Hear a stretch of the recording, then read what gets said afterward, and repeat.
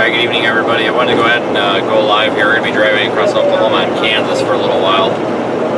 We haven't streamed from this area for a couple of months, so I figured we should do that. My piece of shit car's broke again, so we'll complain about that too. That's kind of fun. Other than that, pretty happy that we had a successful storm chase yesterday. I'm going to return home for a couple of days and try to get this video put together, and then it looks like I think over the weekend, like maybe Sunday through Tuesday, we could have a severe weather event in the plains. The setup looks a little bit moisture starved, actually quite a bit moisture starved, so I don't know how it's going to go, but I think we're going to have something to chase. If the event looked a little bit more set in stone, if the models were in more agreement, I would probably just stay out here. They're kind of all over the place, and still potential it may not even happen, so we're just going to return home temporarily and get this video put together.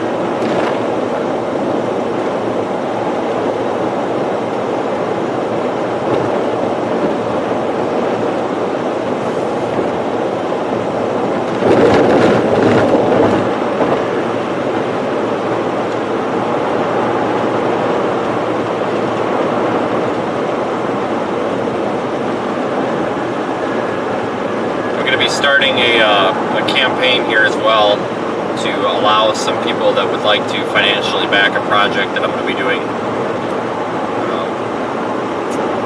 I've been forming a second LLC just to keep some stuff separate here, but I haven't really announced this and I haven't even really told anybody at all, period. But over the past couple of weeks I've been working on a project that's going to allow us to do basically multi-camera live streaming remote in and around tornadoes. The goal is to place as many streaming cameras around tornadoes as possible and pipe them directly into the live stream. Of course, the main stream will still come from the car, but we can place remote semi-disposable cameras streaming through LTE in front of a legitimate tornado like we had back on May 4th. That would have been a good tornado to deploy on.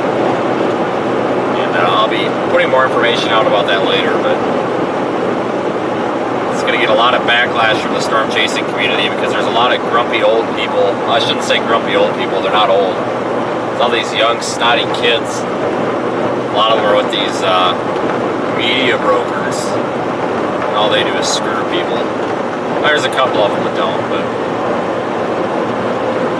media brokers are going to laugh at it. Oh, ha ha, if we try to do that, it doesn't work. Yeah, well, the reason a lot of these people have tried to do this and it hasn't worked is because they're trying to use old-ass technology from 1990. Okay, not the 90s, but the late 90s, early 2000s, you know, RTMP. Like, yeah, good luck getting that to work over a cell network. Good joke. So, we're going to do it. I've been testing it. Now we just need to build the hardware. We've tested it with kind of some temporary stuff. Now we just need to build the permanent solution. And then the hard part is going to be actually deploying this stuff, but it's going to be pretty cool.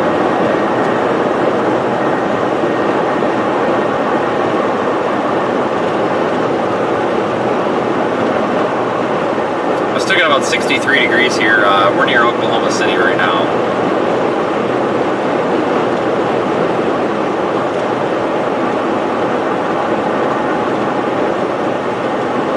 For those wondering, no, my alternator is pretty much out now, so I have the replacement sitting in the back seat, and it's really not a big deal to replace it. It's right up on top. It's super easy.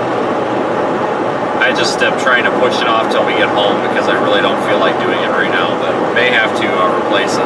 We'll see. It's I don't think the alternator is bad. I think it's the actual voltage regulator that's inside the alternator, because 1 minute we'll have 12 volts, the next will have 13.8, and then it won't work at all, so whatever. It is what it is.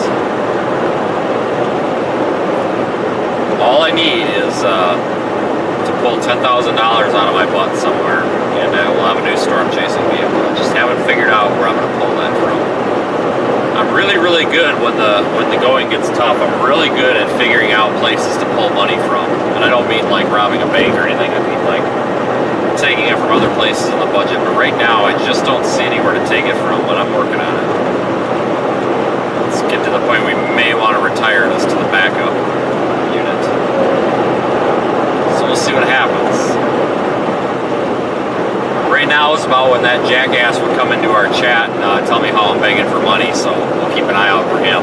If he jumps in there, don't delete his comment. I want a screenshot at this time. Get that loser that probably lives in his mom's basement. He's probably 80, he's probably 60 years old, living off his mom, commenting in the chat every time I say something about this car, saying that I do nothing but beg for money and I'm a no good piece of crap. At least my mom don't pay my bills. It's probably somebody in Nigeria. It's probably one of those Nigerian scammers or something. I'll have to give Pleasant Green a call and do a YouTube collaboration and hunt these jerks down. It's probably one of those people that call me all the time trying to sell me a car warranty.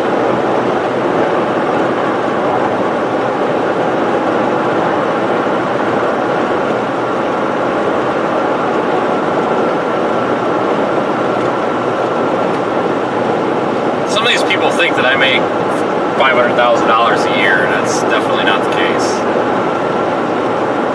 It's on YouTube begging for money. No, not really.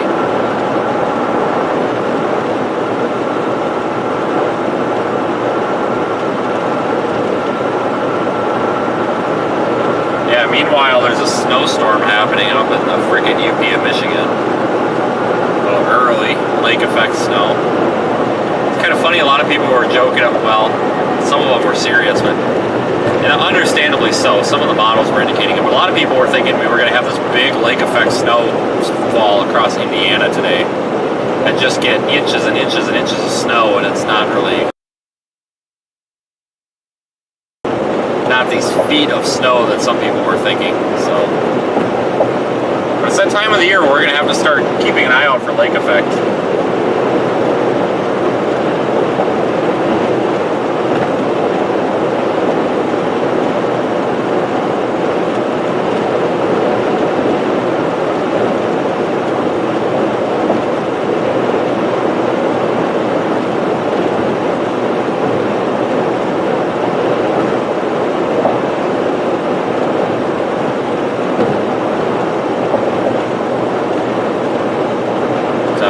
I-35 right now.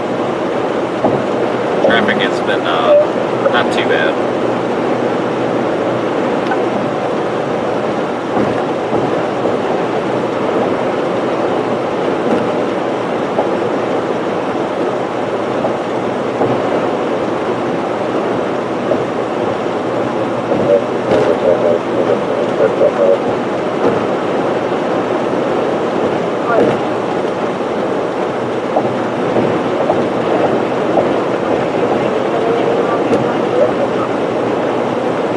Stop up here for something to drink before too long.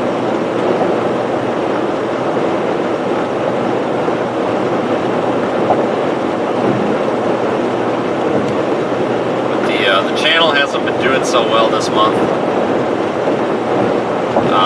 In terms of views, it's been okay, but the ad revenue's been real low. Usually this time of the year, the Google AdSense, like the CPMs and RPMs are a little bit low this time of year because people aren't paying as much for ads. It's to be expected. So that's why I'm going to try to get this video pushed out, hopefully by late Wednesday, early Thursday, get it up on the channel, hopefully give it a little bit of a boost. Yeah, it actually feels really nice out. It's 63 here in Oklahoma, but when you get out of the car, it doesn't really feel that cool. It feels a little bit warmer with the sun. But it's 5:30 Central, and it feels like the sun's about to set, which is kind of ridiculous. We're going to stop here in Guthrie. We're going to stop at the Love's on the right, which is on the east side of the road. There's a Love's on the west side as well.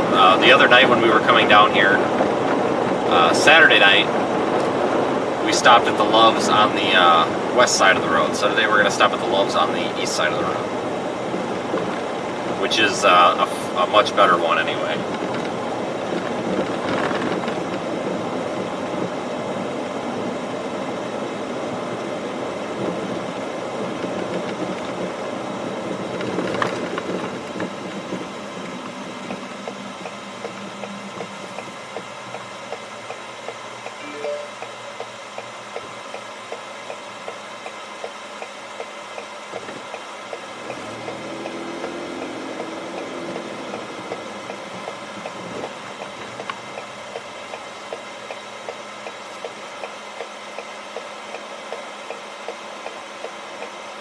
Gas was like 305 down there in North Texas, so I tried to fill it up as much as possible before we came out, because it's about 350 here across Oklahoma.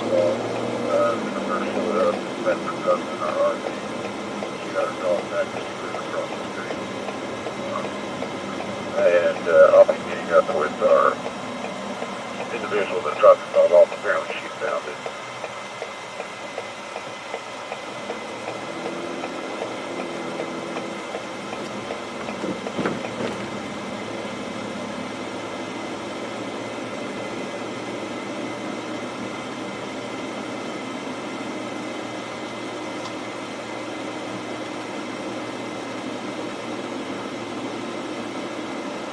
Alright, so let's park over here, not by the guy sleeping in his car, because it's a little awkward. I don't know why he's sleeping right there in his car. Okay, alright. You tell me to come on and then you start backing up, lady. Jesus. Make your mind up.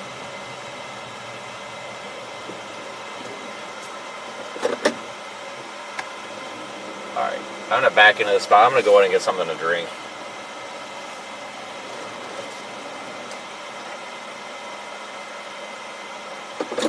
Alright, I will be right back, folks. Give me just a minute.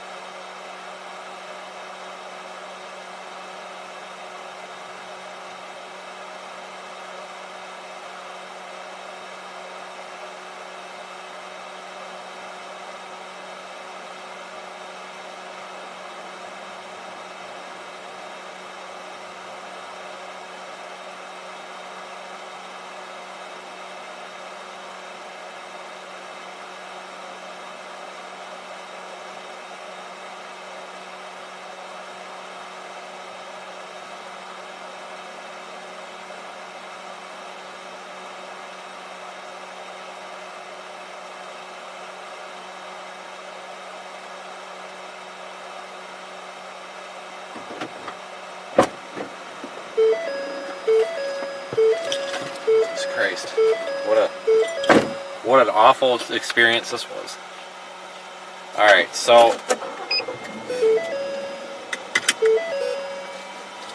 you know, my credit card's got the tap to pay thing on it, so I go to do the tap to pay at the credit card thing, you know, where you hold the card up and it reads it. Well, it wasn't reading it, so I just, you know, shoved it in the slot instead to do the chip thing. The lady, like, grabs my card out of my hand, and she's like, no, that's not how you do it. And she's, like, telling me how to swipe my card.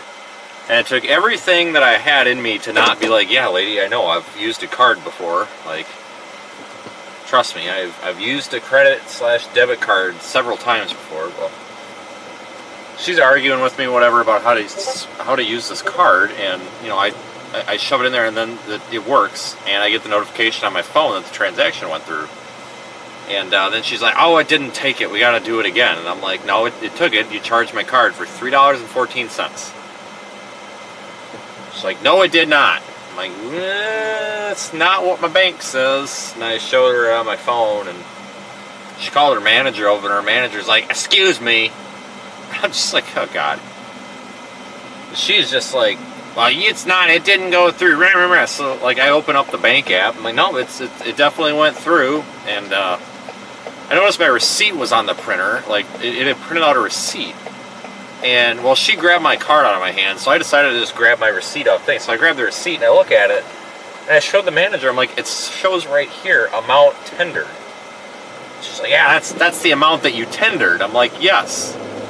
She goes, that's not the amount that you paid. It didn't pay, it didn't take. And I'm like, you realize that amount tendered is the amount that I paid, right? And she just goes, oh, just the hell with it. Just go on, it's fine. And I'm like, okay, well, you're just mad because you're wrong. Like, holy crap. Like, that was the stupidest experience I've had at a gas station in a long time. Like, you're telling me that it didn't take my card, but it printed out a receipt and said thank you, accepted or approved or whatever. I'm like, you've got to be kidding me. Like, I need to start taking... Why would I turn on my weather radio? No, I'm going to start taking the stream into these gas stations with me. Some of these Love's truck stops have some of the weirdest people. I don't think they were purposefully trying to rip me off. I just don't think they knew what they were doing.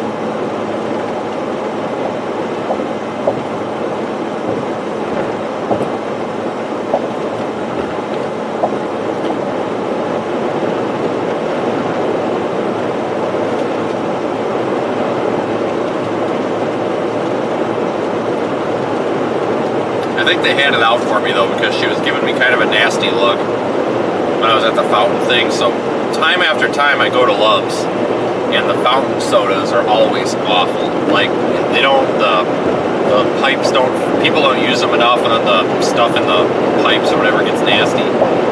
I don't know. So I always, like, fill up like a third of the cup and then dump it out with whatever I'm gonna get. And I know it's a little wasteful, but I'm also not really into paying for something that's nasty, so I did that. You know, I fill up the cup a little bit, you know, with an inch or two of product, dump it out, put ice in it, and I pour it. Well, when she saw me dump it out, she, like, gave me this nasty look. Like, I think she had it out for me ever since I did that, but oh well, she'll get over it.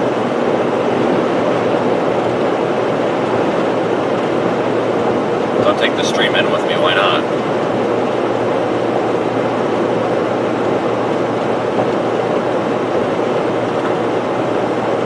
Yeah, Karen's right. They probably hate their job. I think that lady just hated me, though.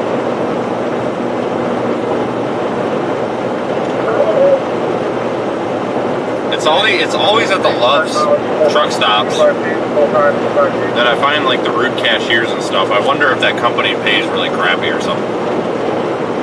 Or they just treat the employees really bad.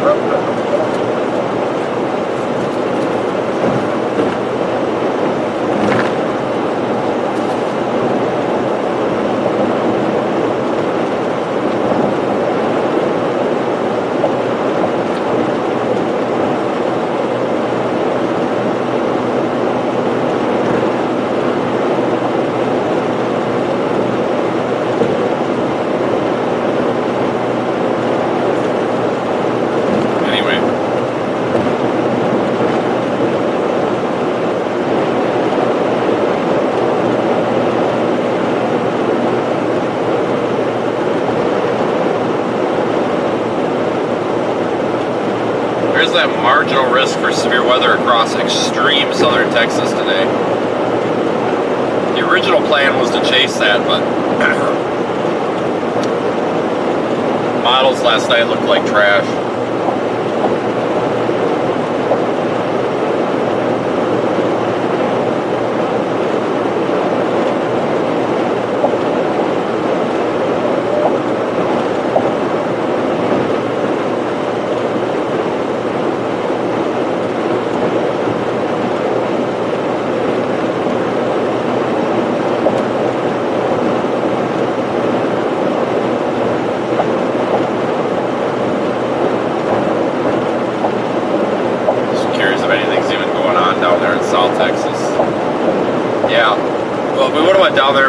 Thunderstorm warning right now.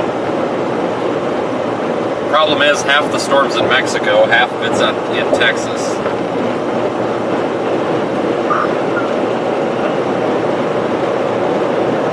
And I don't really want to drive into Mexico to chase a storm. I don't know about you, but it doesn't sound very fun.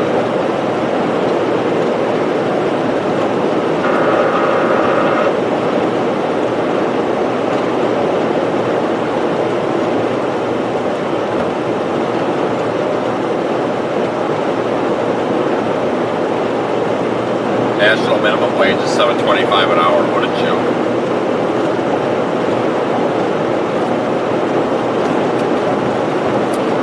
I'm actually going to say this at the risk of losing half my audience potentially, because this could be construed as a political statement. But disclaimer: I want everybody to understand that there's 269. Nice. Okay, well, there's 268 people watching us, and I'm sure at least 265 of those people are all mature adults. I'm sure there's a couple of trolls, but understand we can all disagree on political, financial, whatever religious beliefs, and still be a community here. With that said, we want to talk about a joke. First of all, $7.25 is a joke. You know, there's people that work just stupid jobs that people should be paid more than that. I mean, that's ridiculous. But second of all, I worked for this company in Freeport called Star Ambulance, like STAR. Now, don't get it confused with the Star Ambulance in Indianapolis. That Star Ambulance is a legit company. What? The hitchhiker? No, it's just a hiker. No hitchhiker, just a hiker. Just a hiker. Very sunburned hiker.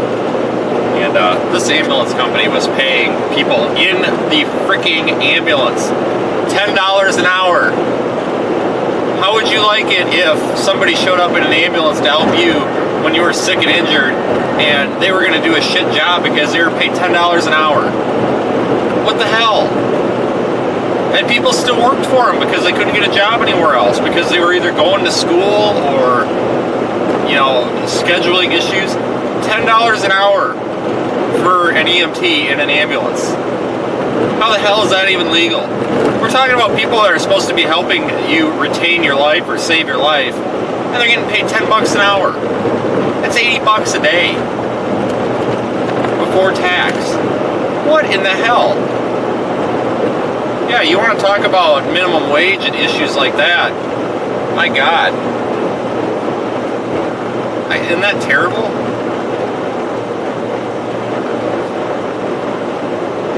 Unfortunately, that's how a lot of these private ambulance companies are. You're here for the weather, not the wage talk. Well, then don't watch unless there's a storm. Like, this is the trolling that I'm so sick of in the chat. There is no weather right now. What do you want me to do? Call up the chemtrail people that ran into us in Florida and have them cook us up a chemtrail? Control the weather?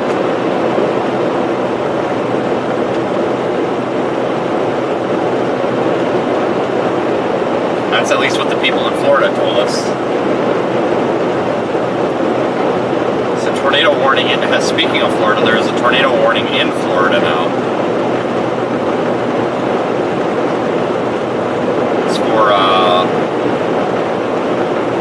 Oslo and Lakewood Park. until 7:15 Eastern, 6:15 Central in Florida.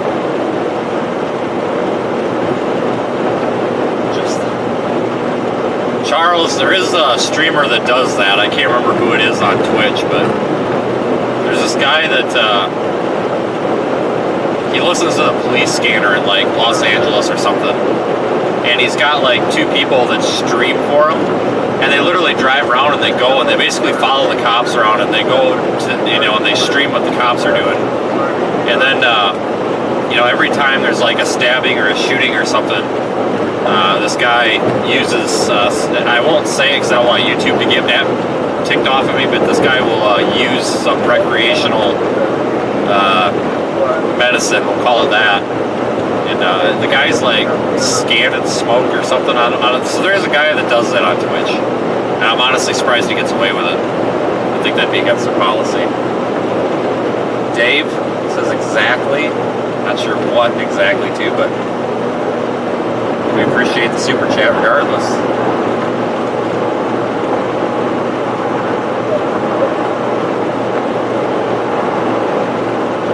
Oh, that guy's on YouTube too? I thought he was only on Twitch.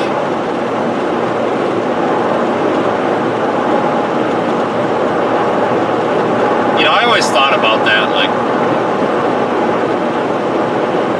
we could totally, that live PD or live on patrol or whatever, we could shut their asses down. We could find a couple of redneck police departments to let us ride along. We could outdo live PD pretty easily. Every time something good happens on live PD, they're like, oh, okay, we can't show you this, it's too intense. Okay, I'll just watch cops then.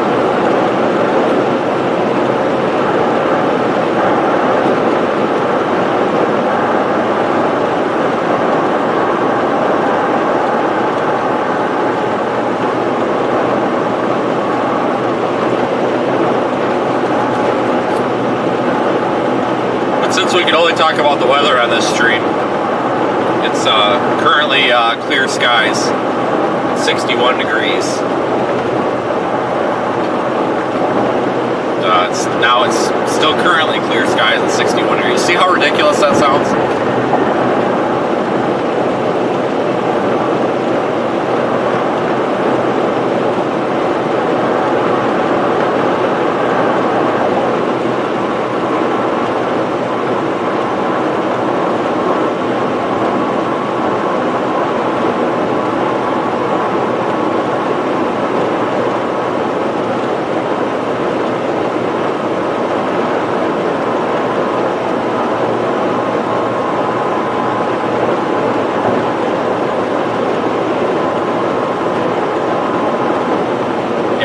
Like a warm 61 degrees, even though we're behind that cold front.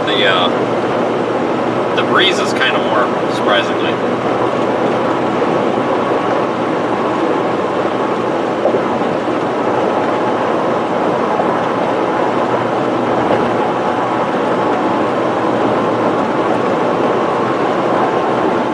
The sun's really kind of beating right in the driver's side window here.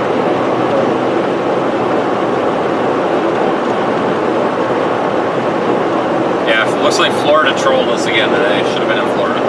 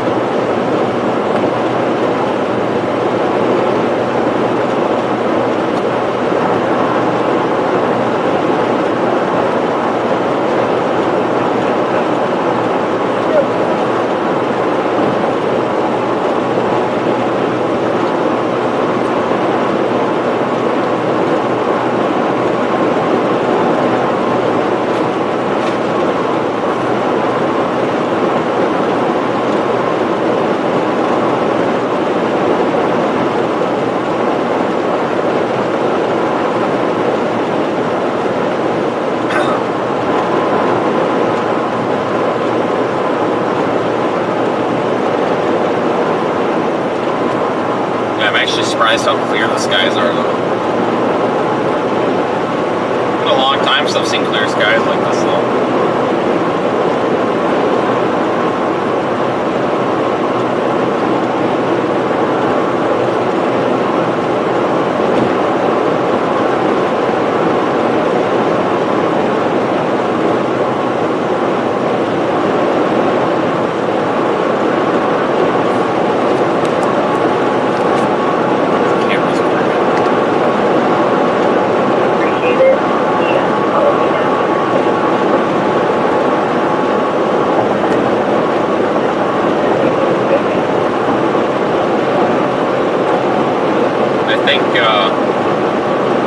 Like I said, I think we're going to get something to storm chase here come the beginning of the week.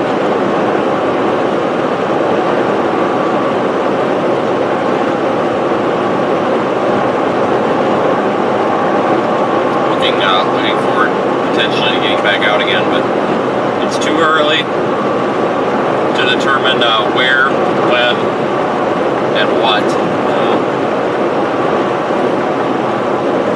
Like it could be a dry line event here somewhere in the plains. I would say probably the central plains, but I'm being very vague with that because we're talking about 7 days from now, and it's just really hard to hone in on something 7 days from now. Storm Prediction Center acknowledges it, but they are not adding any sort of slight risks this far out because the model guidance is all over the place, which it really is. So we probably won't see them do anything for a while.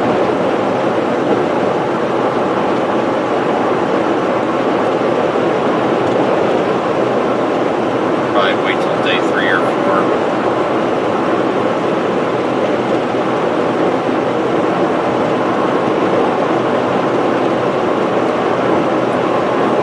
But this is kind of a boring drive up through here. I mean, it's pretty, but it gets to a point where it's just the same thing.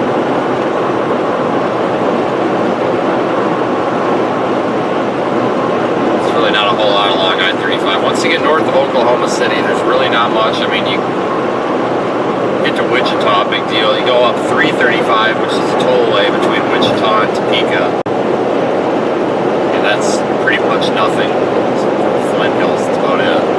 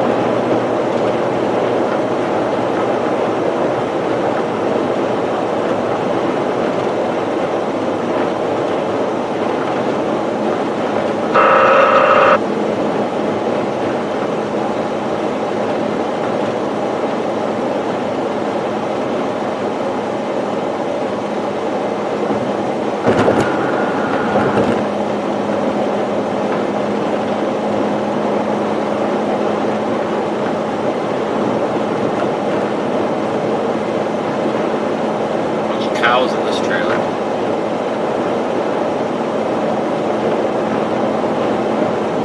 But thank you everybody for joining me yesterday.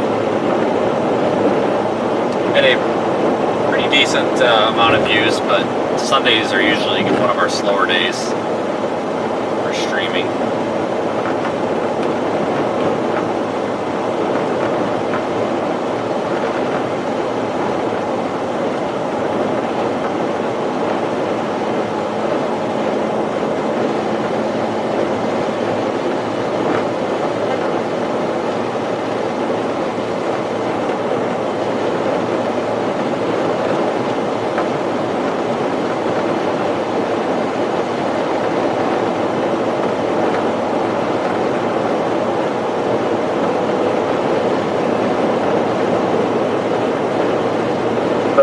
Second, Walmart.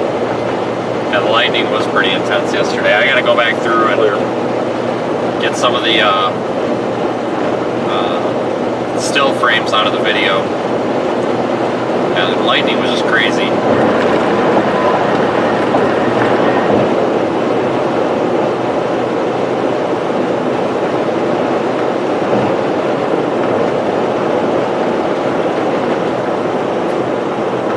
Wasn't really expecting that amount of lightning.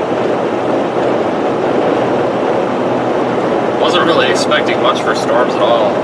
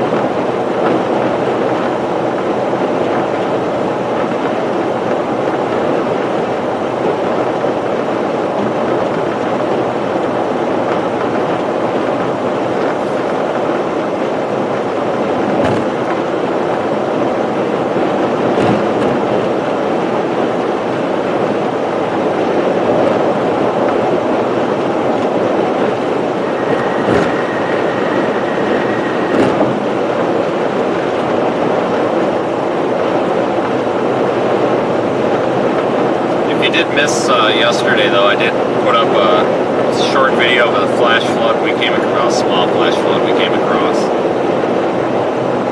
There's a still image, a really nice still image of that storm in its earlier stages. Before it went too terribly high precip. Those are on Twitter.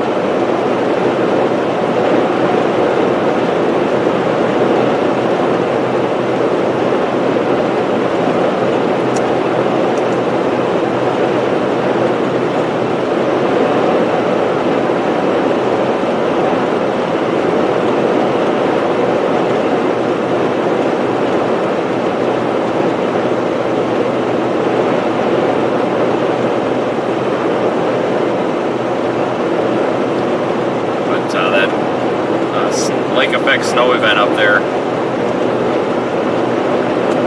in extreme northern Wisconsin, and then the UP of Michigan. What is this truck doing behind us? This is getting ridiculous. Passes us doing about 80 miles an hour, and then he gets in front of us and he slows down to 72 every single time. It's like he's got his cruise at 72. We've been going 76 this entire time, and then now he's just gonna sit there in the left lane. What are you doing behind me, Lord? I hate that when people pass you and then they slow down, and then you pass them and then they think they need to do it again. But that snowstorm, we'll call that lake effect snowstorm up there, did prompt some winter storm warnings parts of the UP and northern and extreme northern Wisconsin. Possibly even some coastal flooding due to high winds off Lake Superior. So that actually turned out to be a fairly substantial event. So if we would have chose to cover that instead of the severe weather, which we almost did, it still would have been a successful time, I think.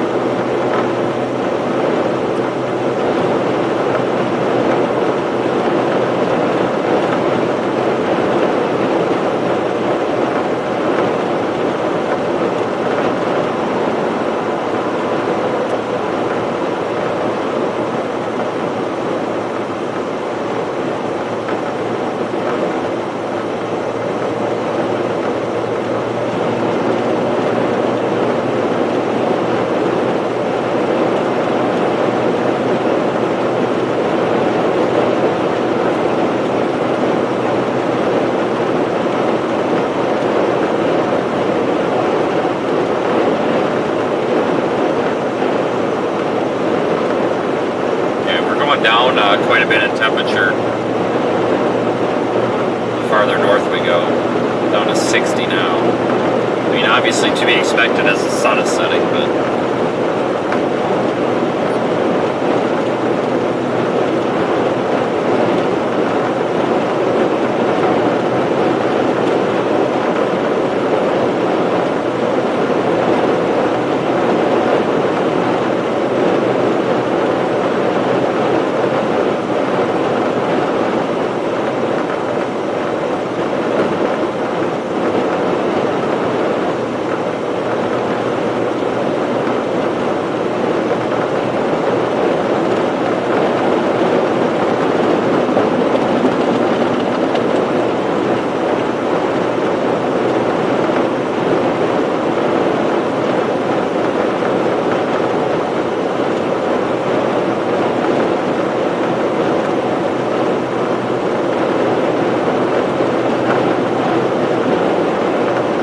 nice day for a drive though, but we're getting into that, I guess you can call it fall, but late fall severe weather season. Typically in October, we usually get a couple of severe weather setups in the Central Plains. Haven't really so far. Last year we had two by now. We had two moderate, well actually I think it was the 10th and the 15th last year, I think. Or like the 7th and the 10th, something like that, but we actually had a tornado on stream at night near Clinton, Oklahoma. One of those nights, but there was two moderate risk days last year.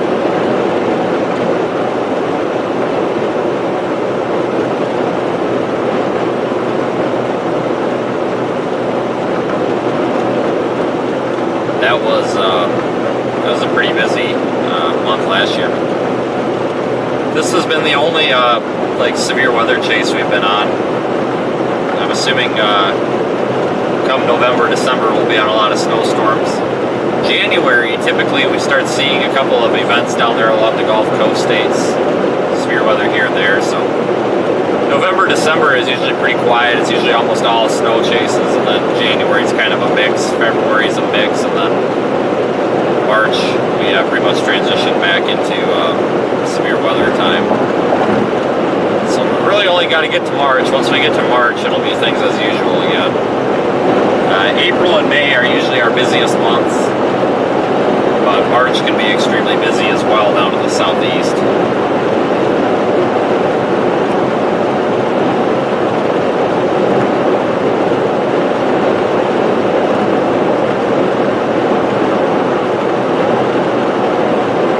So only got like 4 months to get through until we start getting back to what I would call normal. Of course, things will start warming up then again too. I do not like winter. I like snowstorms, those are fun, but I don't like the cold at all. That's why a lot of times in the winter, when we get these anomalous severe weather setups, we'll get these kind of random accidental setups. You know, we'll get a big front coming through, a big system, big trough ejection type thing coming through. We'll get severe weather on the south side and a snowstorm on the north side of the front. Well, a lot of chasers that are looking to cover it for like the media will go to the snowstorm because it's more newsworthy. I never do. I always go to the severe weather because I'd much rather go to the south and cover something at 70 degrees versus freeze in the middle of a snowstorm. So.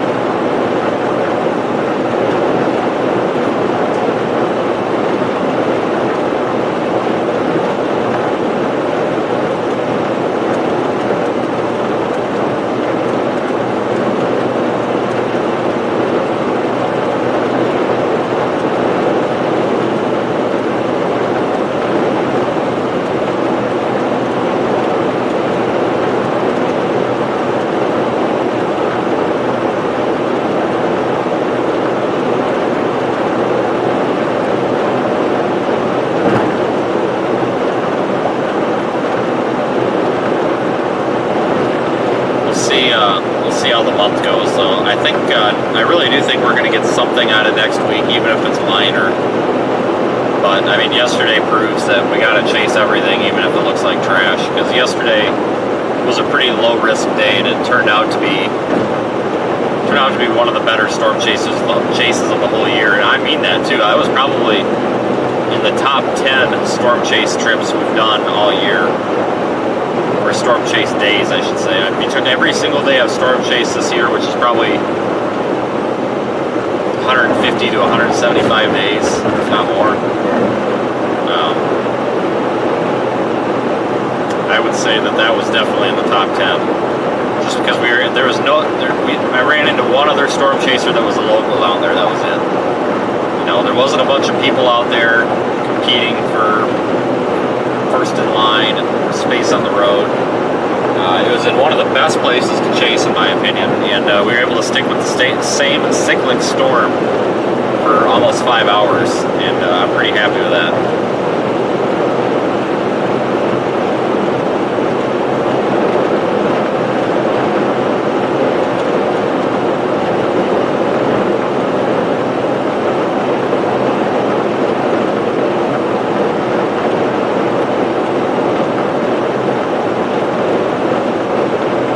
Always got to chase in South or West Texas. Just always got to get there. Same with Southeast and East New Mexico. It always seems to put out pretty well.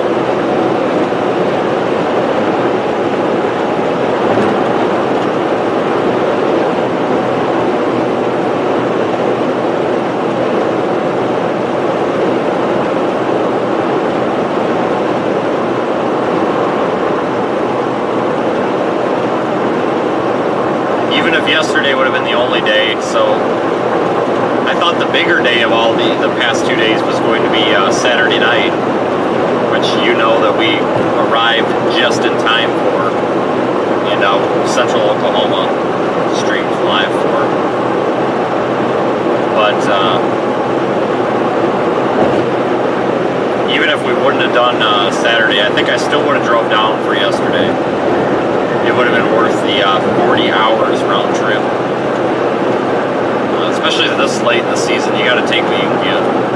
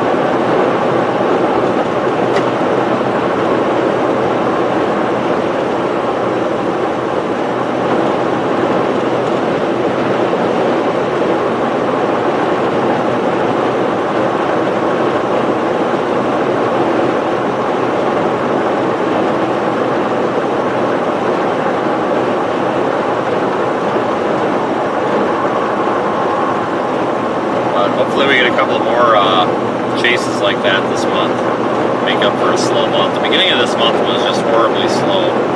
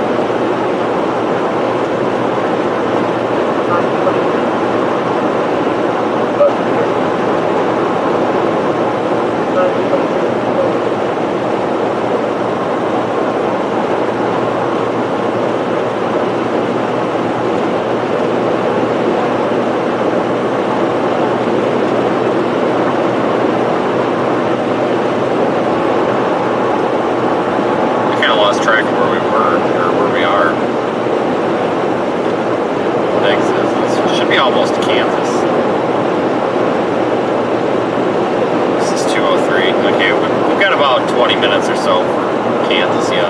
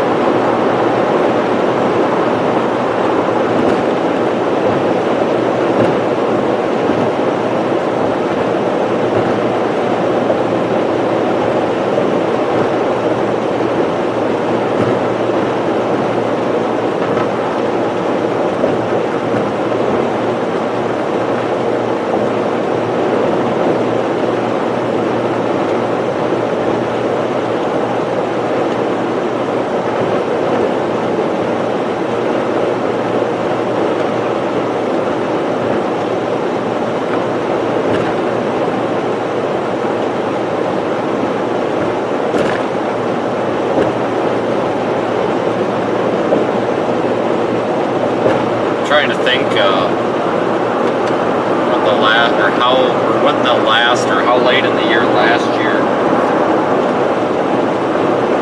or how late in the year last year our latest storm chase was out here in the plains. I don't remember if we were out here at all in November or December. Sometimes in November and December, even January, you can get these kind of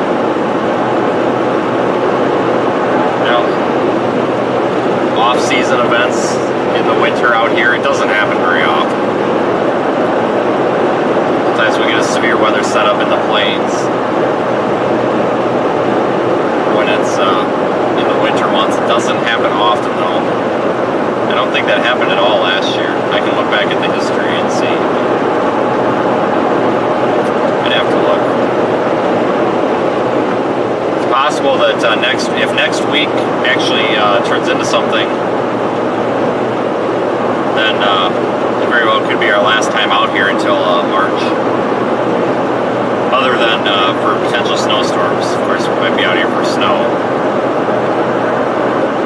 We might have been out here relatively late last year, because I think I remember at one point driving through Oklahoma City for a severe weather event. It was snowing and we were trying to get to the Panhandle or something.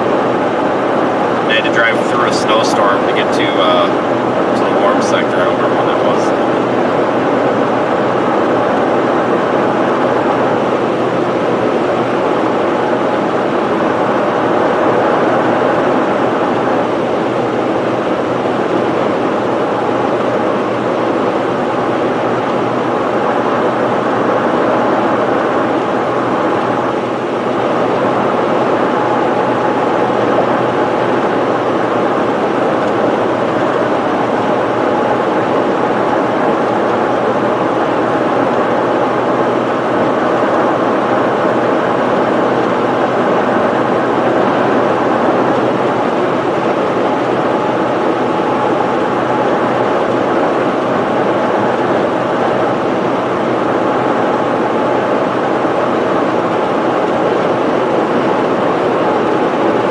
Looks like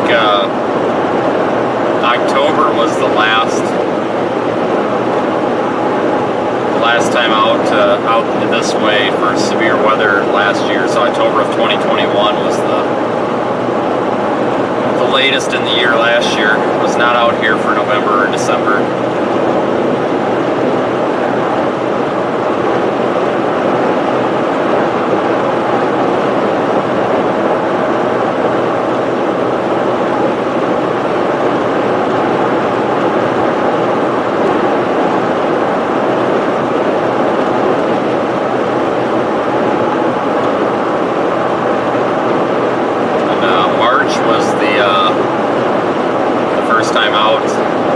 Texas for severe weather. I remember we were down north of Austin with a tornado down there near, I believe it was Crockett.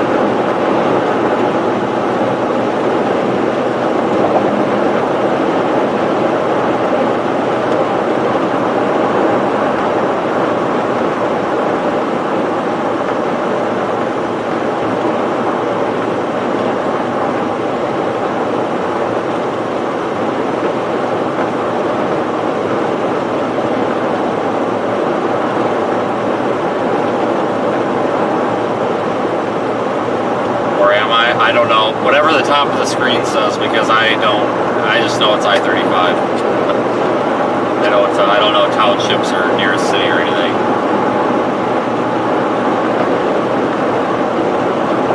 I'm just kind of driving at this point.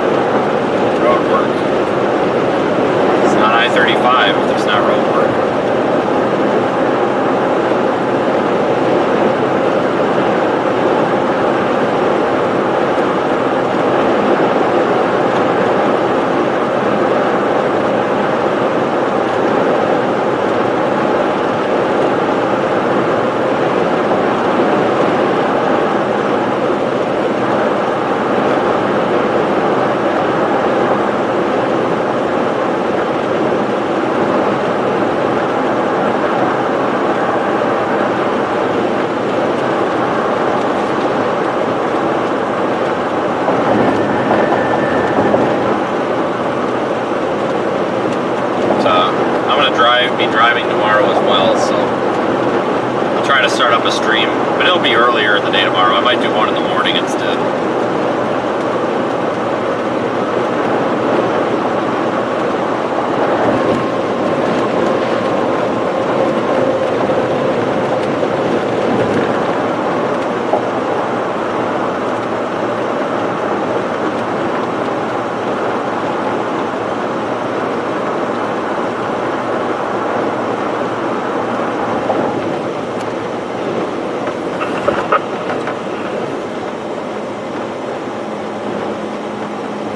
This little area up here has been under construction for a little while now, I think.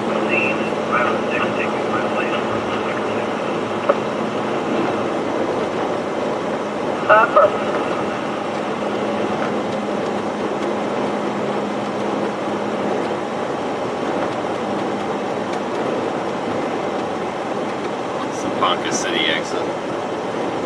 I guess they're doing something with the bridge up here still.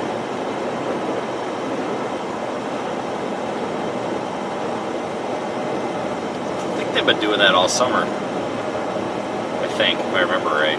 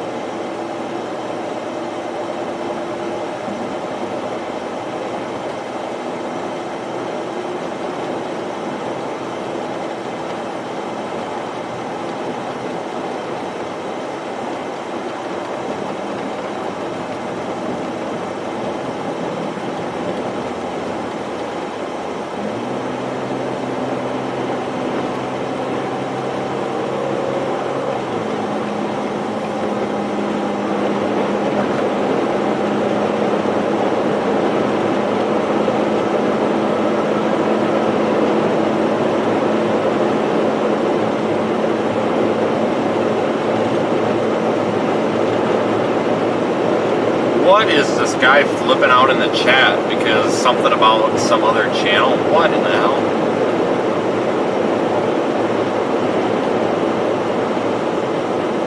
Bet you couldn't even reach 100. 100 what? We've got 51,000 subscribers. Not 50, but 100. Couldn't even reach 100 what?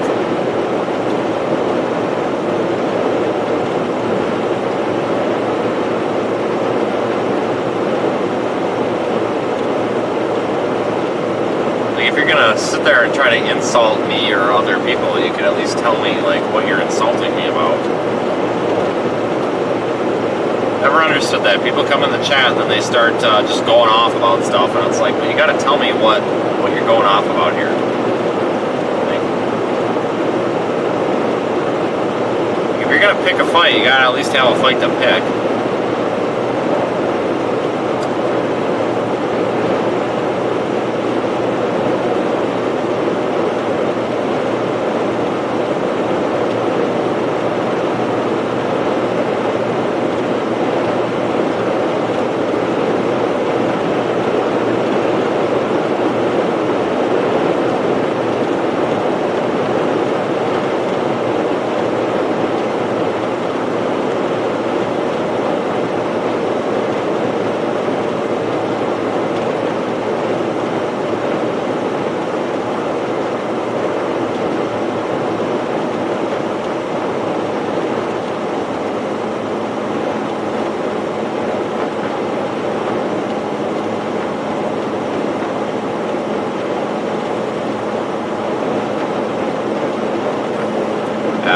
Well, I just went to that other channel that guy is mad at me for not promoting. And the person that's running the channel that we are not promoting, and that guy's ticked off and calling people Karens or whatever about, the channel description is literally just one long run-on sentence. And there's like 5 spelling errors in it. And then it just is hashtag Aruba. Like, what the hell? That's why I don't respond to that garbage. Spam.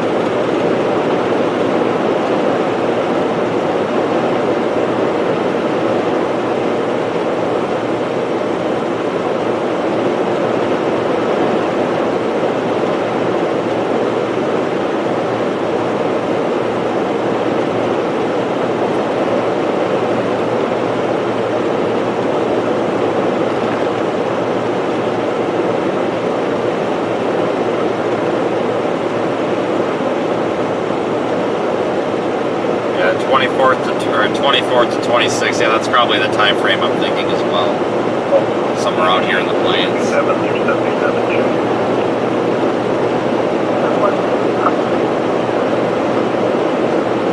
Don't know where yet.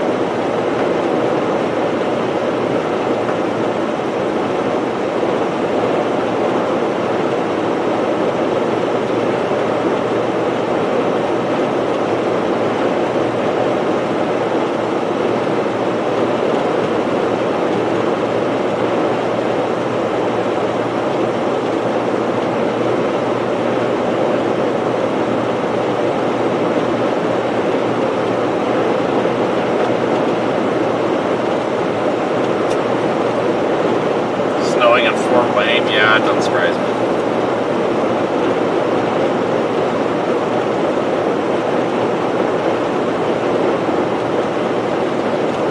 It's a quiet weather day, except for a couple of areas like northern Wisconsin and the UP. Winter storm up there. There's some lake effect snow and some snow showers happening in parts of Indiana, but one storm that's been severe. I don't think it is right now. It's down there in extreme South Texas. Pretty much most of the storms actually in Mexico. And then the eastern Florida Peninsula has had a fair share of storms today too. Even the East Coast. There's a couple of severe warnings in Virginia earlier, I think, but for the most part, it's a pretty quiet day almost everywhere.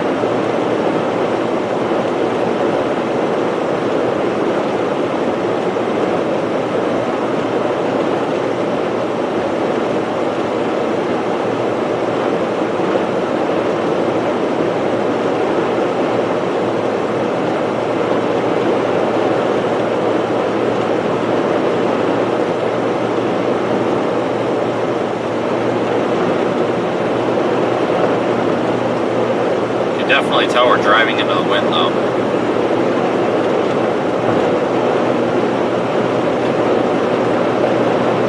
Yeah, it's too early to determine a location for the 24th and the 26th time frame. Way too early. Could be anywhere from Mexico to North Dakota at this point. It's a lot of model discrepancies. We'll have to wait and see. I probably won't even start looking any closer until at least Thursday. There's really no sense. Just all switches back and forth.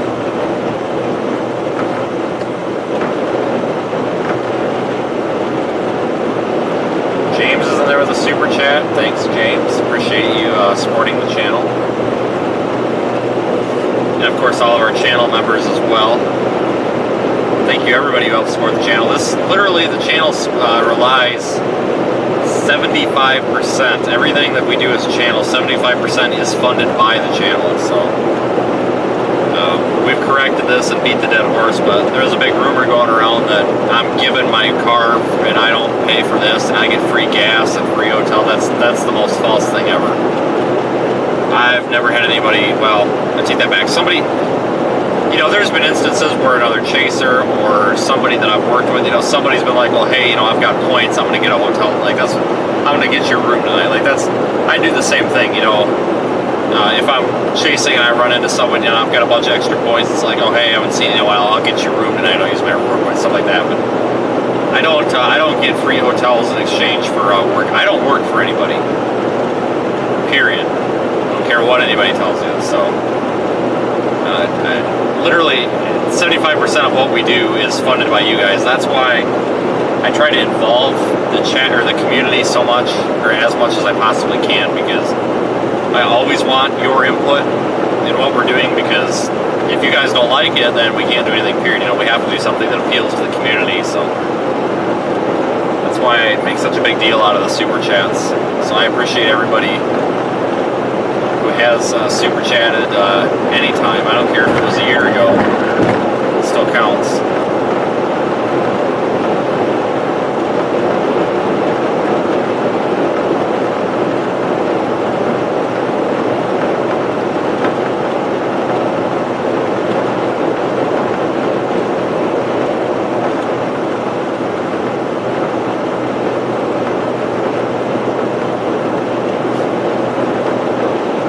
I'll trade you whatever car you drive. You can have this pile of crap.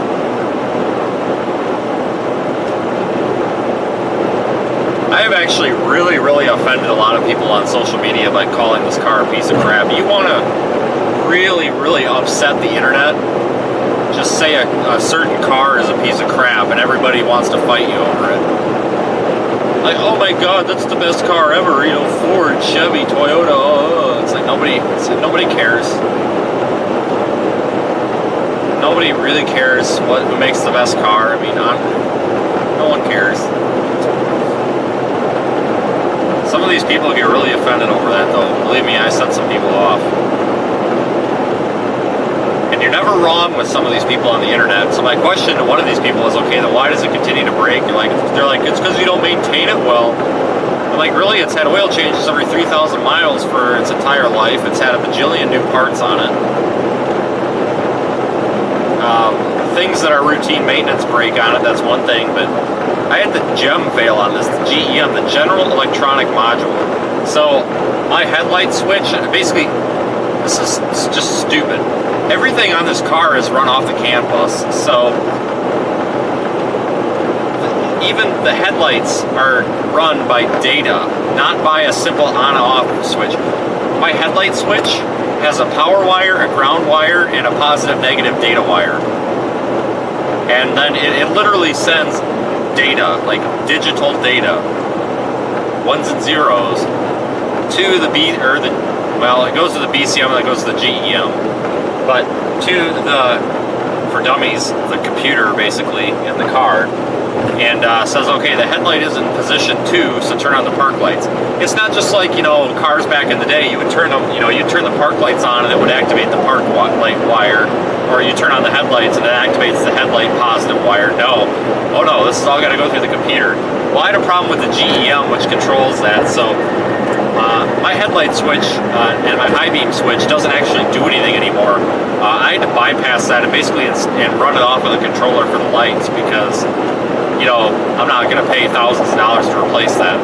Like, that's just, it's just dumb how they tried to computerize everything in these Explorers when they made this generation, but they did a really bad job doing it. People like BMW, Mercedes, Audi, they've been doing it for a while, but they've been doing it right. Ford came in and they're like, hold my beer, we're going to do this better than you, and they just flopped. The electronic modules have been failing on Fords since '06. Go back and look at like the early Fusions and the Lincoln MKZs, which is a Fusion, from 2006 when it was the Zephyr all the way up until like now. Like, just the GEMs fail left and right, PCMs fail left and right. Like, it's just, Ford does not do well in the electronic module department, and I basically had to spend an entire day rebuilding the electronics in this car, the control, the lights. The blinkers were not affected, surprisingly. I think those go through a separate module, but the tail lights, the brake lights, the headlights, the low beams, park lights, all that had to build a new wiring harness going to every single light bulb, because I wasn't going to use the existing, because I didn't want to have to go and find the pin out for the BC or the PCM and the BCM and all that and figure that out. So ran a new wiring harness to every single bulb in this car and basically rebuilt that. So that makes it foolproof, you know, kind of idiot proof, so it shouldn't have that electronic problem again. That's why I don't really want to necessarily get rid of this car, because a lot of blood, sweat, and tears have gone into this thing. Oh, hey, look at that, the casino's done. That casino there on the right has been under construction for a long time. Look at that. But it's been problematic. I'm really looking into getting something else. I've got a dealership that wants to do kind of a sponsorship with us. They're willing to give me any vehicle that's up to $25,000 for 10 grand. So I'd say that's a hell of a deal for 15,000 off. And that's anything on their lot that's 25,000 or less. They're willing to give it to me for 10. I don't have 10,000. Well, I do, but I can't give it to a car right now because if something else happens, we're screwed. So I'm working on trying to figure out a way to make that work, because this thing ideally should be retired and used for backup instances. The newer Ford Explorers are better. Like after 2017, they started to figure them out, but some of these early ones are just real total heaps.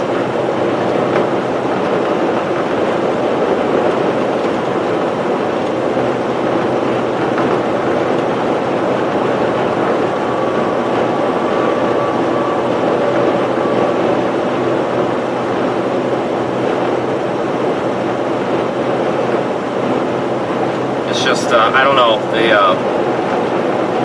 know, I said this before. They had a legacy to live up to. You know, this vehicle replaced the Crown Vic, and that thing was pretty much indestructible, with the exception of the transmission being made of glass. But not a big deal. It's a replaceable part.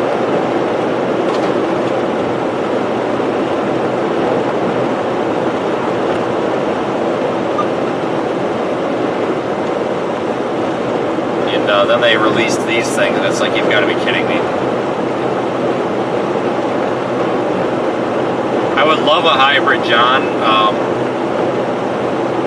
I've actually considered,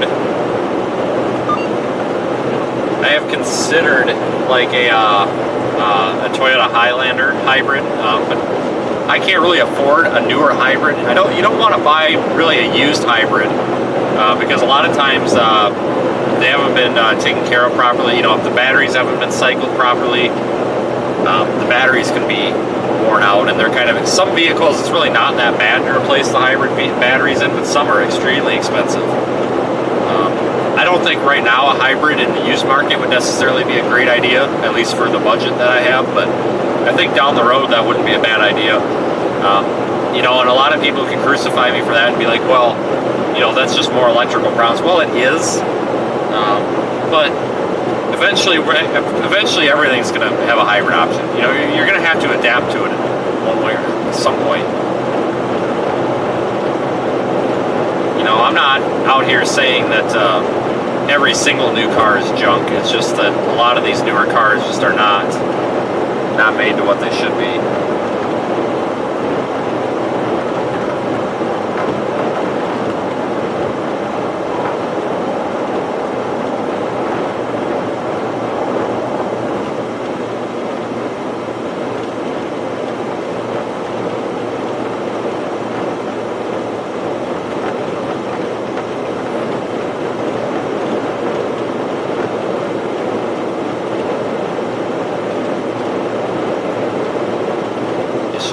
Such dumb stuff with this car lately.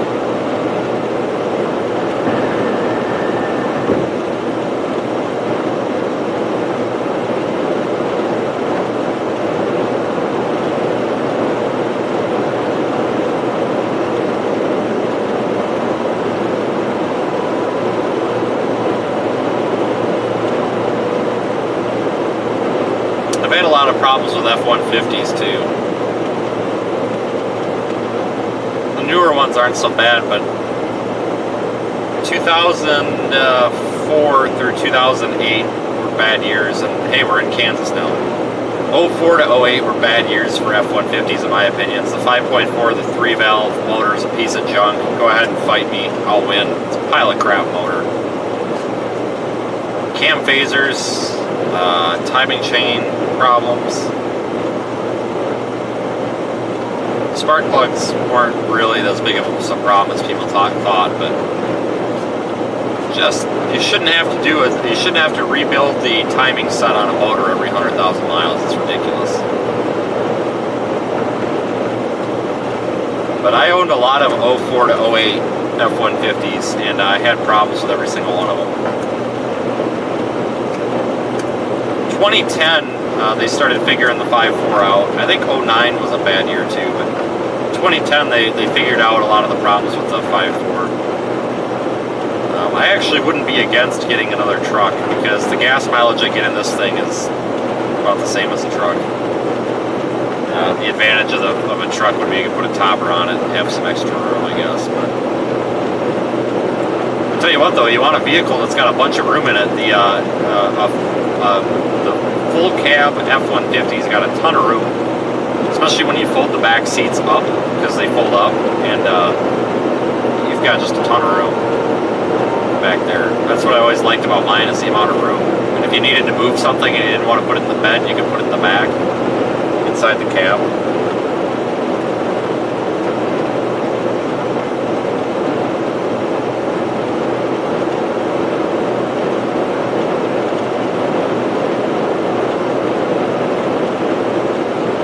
But like I said, I was able to find somebody at a reputable dealership that's willing to give us one hell of a discount for a very minimal advertisement. So we'll work something out probably within the next 6 months.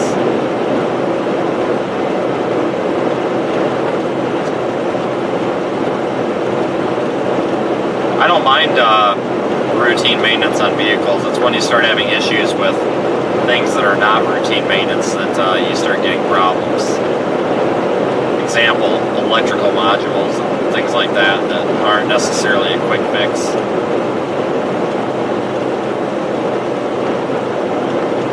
Cars are a pain.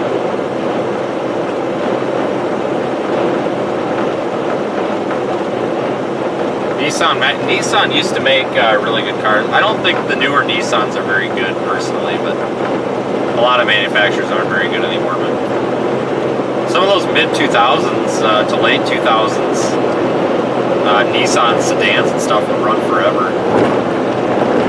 Nissan Xterra. If I found a Nissan Xterra with really low miles and was in really good shape, I would totally buy it. Those things were built like tanks. Yeah, CVT transmission, I'm not a big fan of that either. Some of the newer, like the RAV4s and stuff have CVTs in them, and that kind of upsets me. But I would trust a Toyota CVT over any other CVT.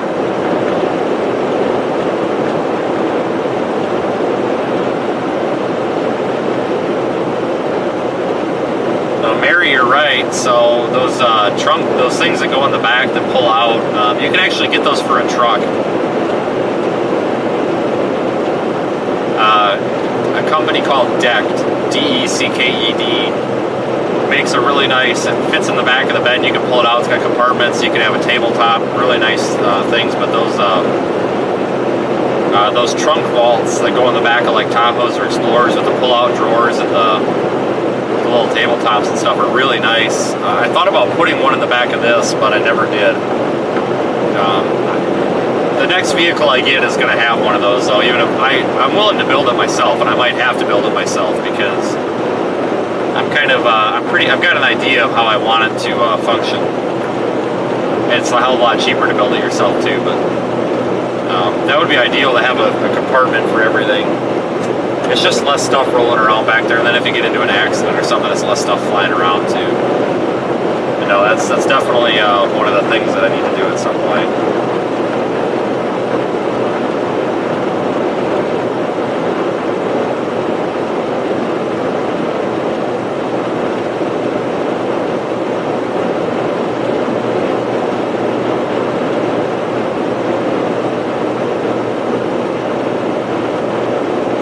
Probably should have a divider between the back seats and the cargo area in this car, though, in case somebody ever did rear end me, so all this stuff doesn't come flying forward.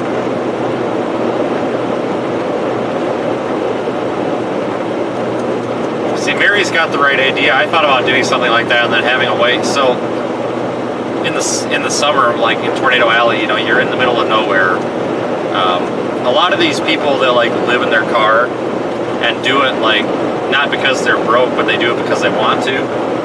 Like they'll build those things that you can pull them out, and they'll build like a pull-out or a tabletop that you can pull out from the back. And you could cook your food on it. You can use a little camp stove if you want, and that would be ideal because sometimes I'll sit on the side of on the side of a dirt road for 8 hours in the summer waiting for a storm, and it would be nice to have something you can pull out, have a table, and set your lawn chair by it, and then put your stuff in it, and have it all roll back into the vehicle. It would be really nice. I've wanted to do that for a while. I just haven't gotten around to it. But if you get some three-quarter inch plywood and a sander, and you painted everything up nice, you could build one without having to weld anything or buy one. So those things are like $1,700 new to get the cheap, crappy ones. They're expensive, but you could build one pretty easily.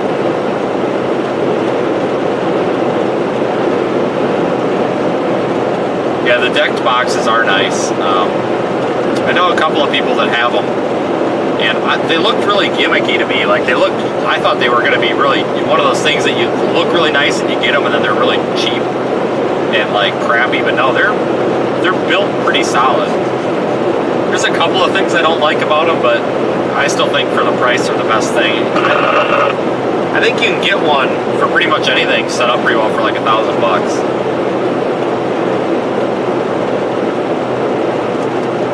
For the price, you're not going to find much better, that's for sure.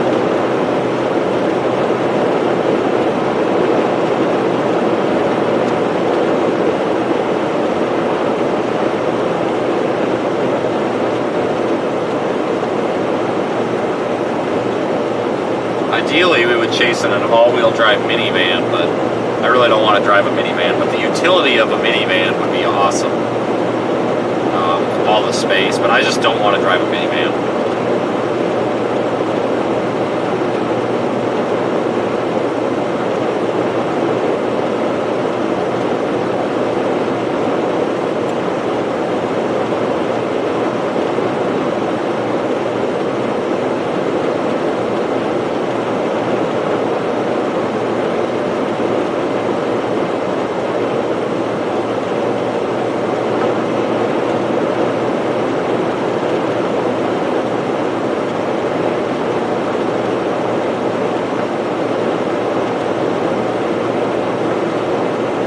get a Ford Transit and make it into an RV, it'd get caught in the wind too easily though.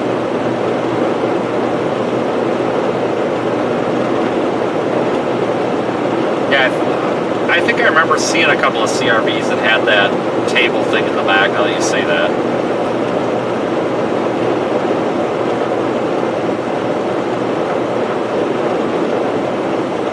Yeah, I would. Some of the new minivans, like the new Siennas, are really nice, but I'm not driving a minivan around. I just can't do it. The utility of it would be extremely nice. So, like when I rent a car, I actually haven't rented a car for storm chasing other than that Blizzard for almost 2 years now. But when I used to fly and then rent on occasion, I would always request a minivan just because. You can throw all your stuff in there, you don't have to worry about it, it's just a ton of space. Constance is in there with a super chat again. Hey, thanks, we appreciate it. What would we use the pull-out deck for? Well, I mean, tabletop, and then, you got all the drawers you can put, you could have a cubby hole in it, so you could have a gas can back there, and then you could have your drawers for everything else. I mean everything. Literally the entire back of my car is full almost to the roof of equipment. I mean camera stuff, ropes, tow strap, everything. And it doesn't have a home, so the problem is when I'm looking for something, everything usually has to come all the way out and go on the ground, and then I find what I need because it's always at the bottom, it's never on top. And then I have to put it all back in, and that's really annoying, especially when it's dark out. I hate doing that.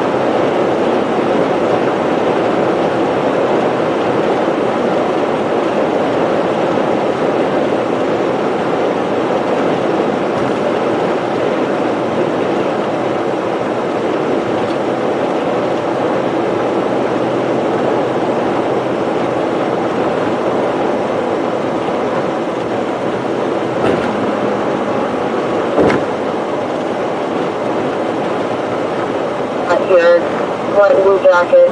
Looks like he was walking from the closet to the staging area and possibly headed over the web road, but he wanted to advise us just in case.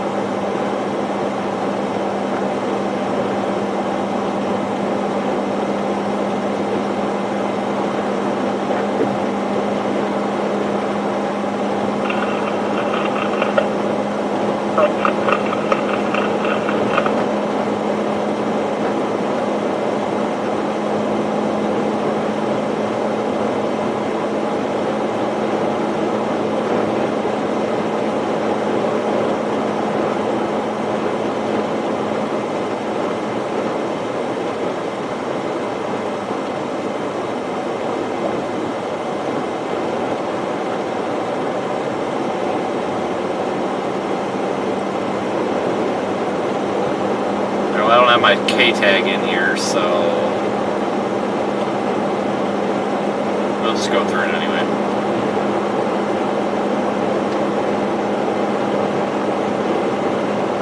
Do I need those pull-out boxes? Yeah. I mean, I need organization in the car badly, that's for sure.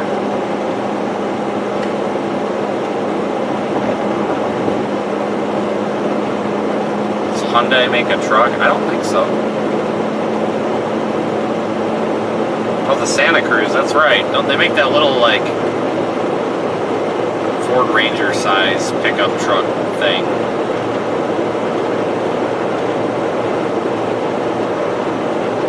Forgot about that.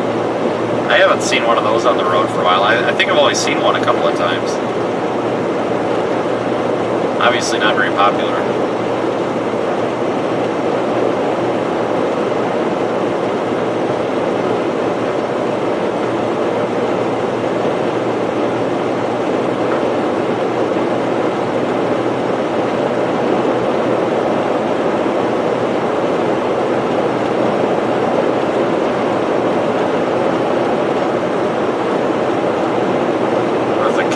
It's just the Kansas toll transponder. I have one. I didn't put it in here though. I forgot about it. Oh well. My license plate is registered with the account, so they'll still charge me.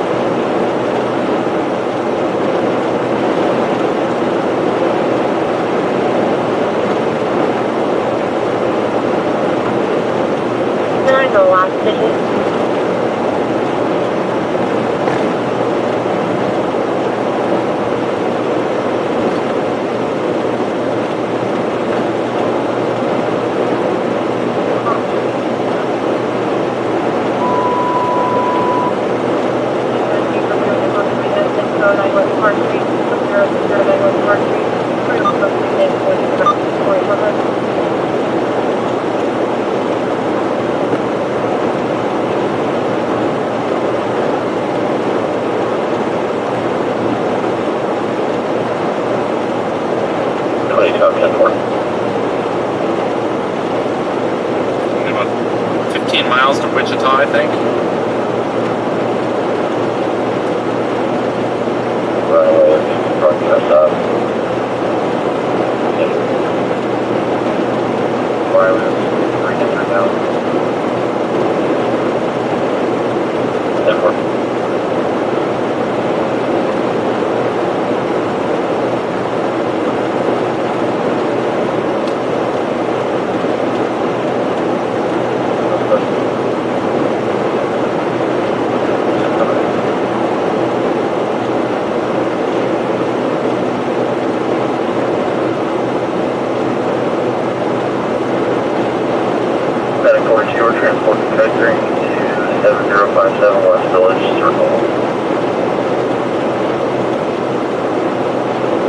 Number 1 green to 7057 West Village Circle.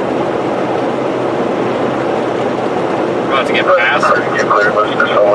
Get passed by a pretty nice Crown Victoria. We should just stop complaining about it. Just get one of these old ass Ford. Well, not an old, but a late model Crown Vic.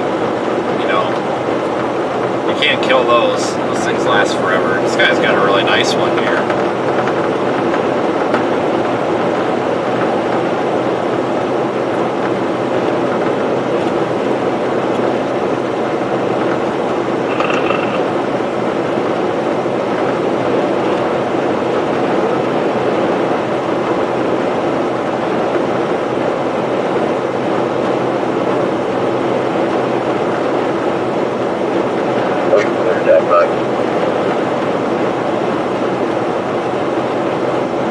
If you are just joining, we're just driving right now, headed up I-35, almost to Wichita.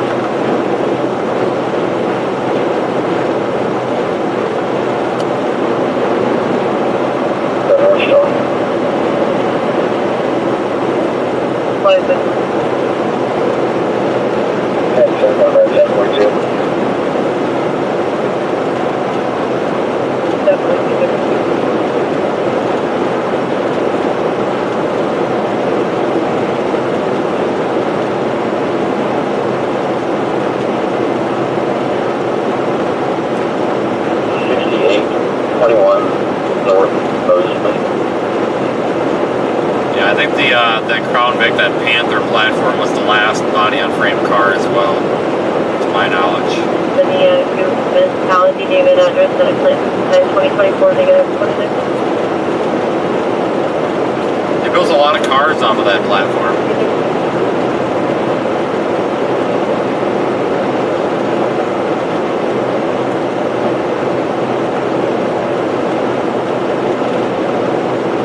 I don't have anything against like the unibody design that they're using now. I mean, it's got its advantages, but a hell of a lot easier to work on this older stuff that was built like a truck. I mean, it's literally a car, but with the concept of a truck, so can't really beat that. Makes for cheap repairs.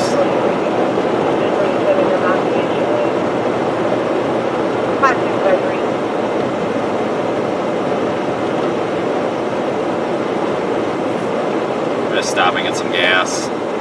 We're pretty much out.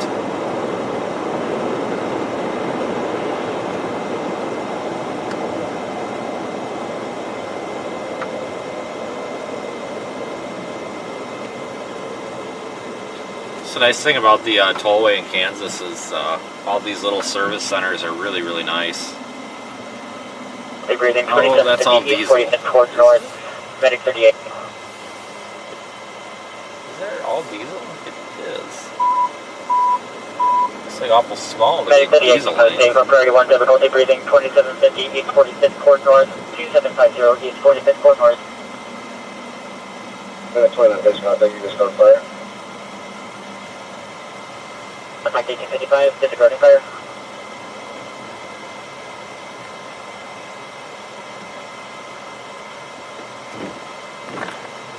Sway bar links must be out going out on this thing again. It sounds terrible over bumps. No street order. Excellent. It's Vehicle another hire, thing to fix. 32 inches, radio not using 5552.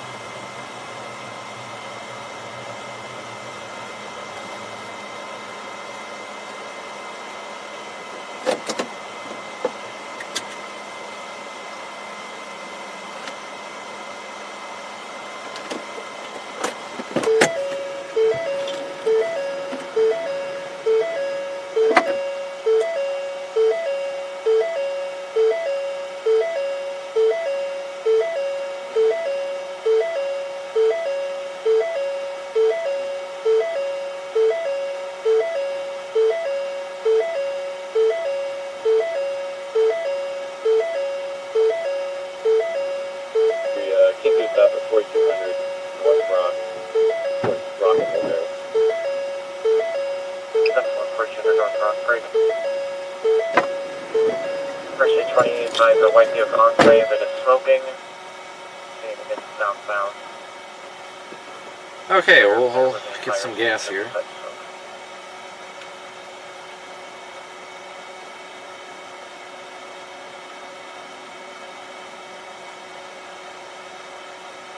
Units not to the vehicle fire. It looks like the vehicle is actually still moving, so PD is going to have to respond to it first. You're going to go and show you available until we get it stopped.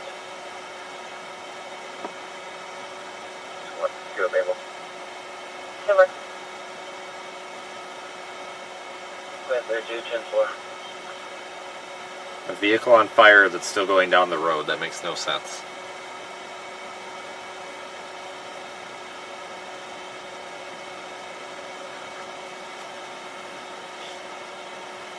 I'm gonna go in this place. This travel center has really good hot dogs. I'm gonna go in and get a hot dog. As soon as the gas is done pumping. 15 for pretty much difficult super unit 7000 East Kellogg Drive, number D. 7000 East Kellogg Drive, number D. Number D. That's a new one. Number D.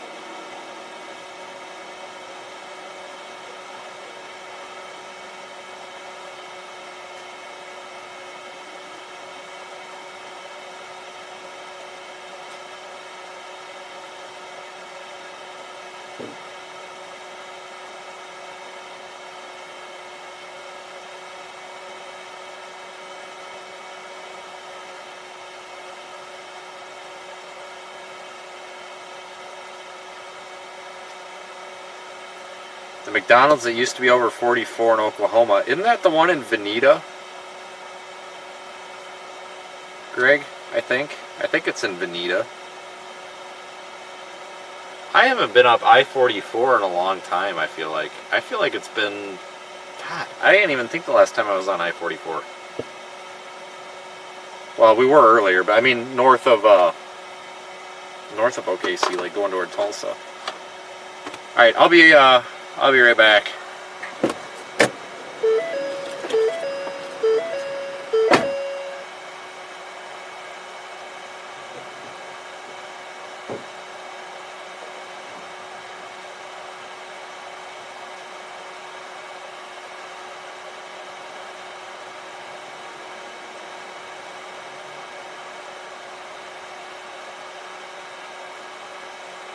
Torn.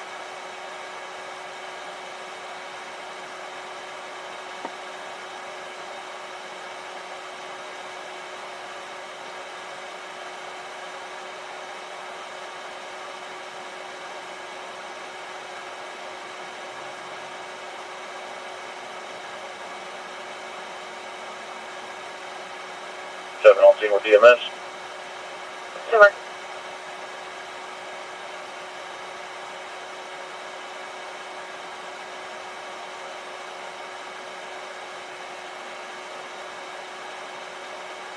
From Sedgwick County, report of a vehicle smoking southbound 135 from 53rd. Southbound 135 from 53rd. It's still traveling southbound. White News Enclave. Reporting party advised there was smoke in South Park.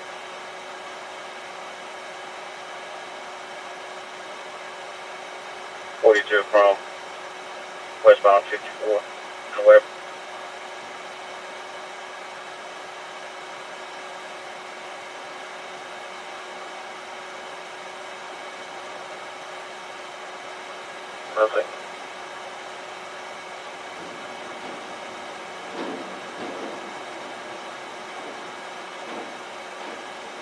2 for now, services.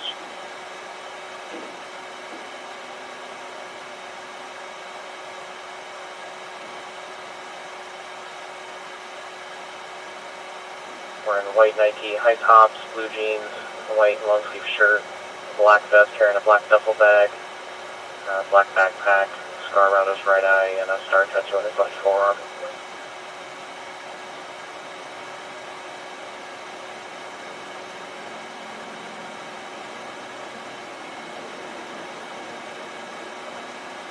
One 682 011 682.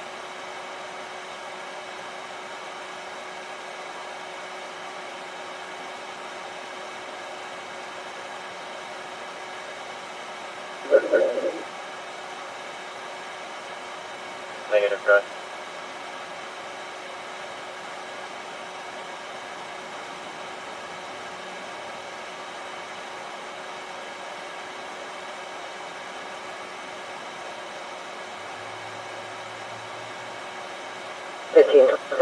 Wood Street will follow.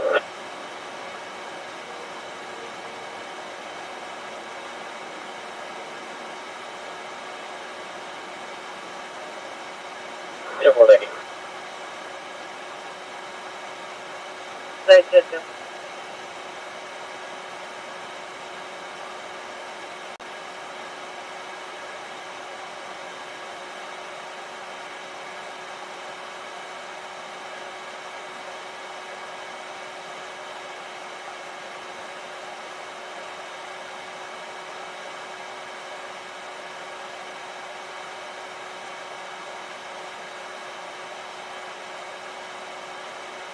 Gear traffic.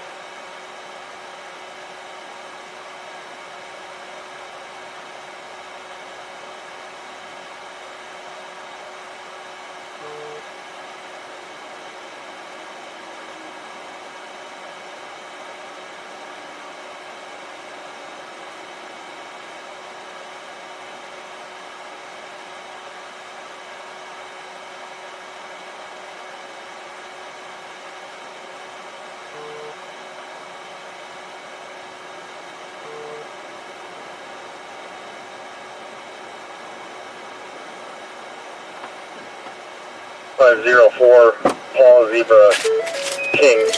Southern Aztec. So there's some people over there dumping purple Gatorade into a radiator. And one could probably assume that maybe it's coolant in a Gatorade bottle, but I've never seen purple coolant. Well, Mopar might have purple coolant, but I suspect that because it's purple and it's in a Gatorade bottle, that it's probably Gatorade, and they're actually dumping purple Gatorade into their radiator. I don't know why somebody would do that. I suppose in theory it would work, but I'm sure that there's better things to use, such as water, or possibly actual antifreeze as a fluid in your cooling system than purple Gatorade. But there's a possibility that it's coolant in a Gatorade bottle, but it just seems pretty suspicious. If it looks like a duck and sounds like a duck and all that stuff, it's probably a duck. So I'm going to go ahead and say that they are probably dumping Gatorade into their radiator, which is really kind of weird.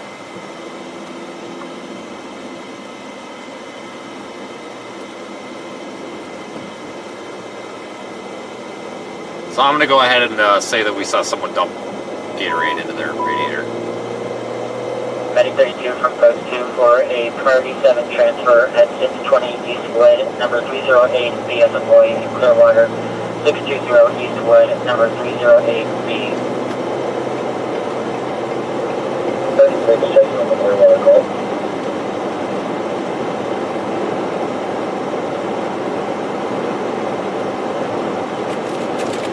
But thanks everybody for riding along. We're 2 hours, continuing. 10 minutes worth of fuel. Head to Lamar for fuel. 3 minutes, lead to risk code 48, and dispatch number 183.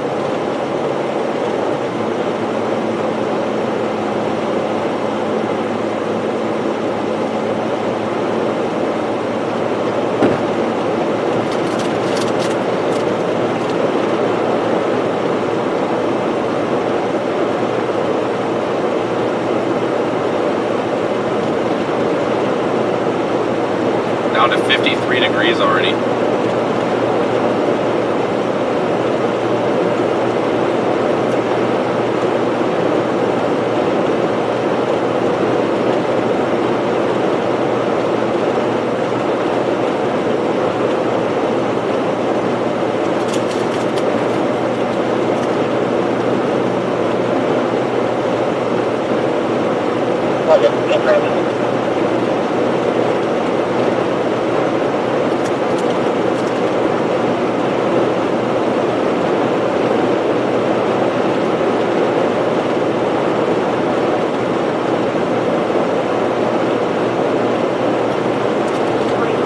Valley, they do the business analysis, 7/20/26 restrictions, effective on the date of 29.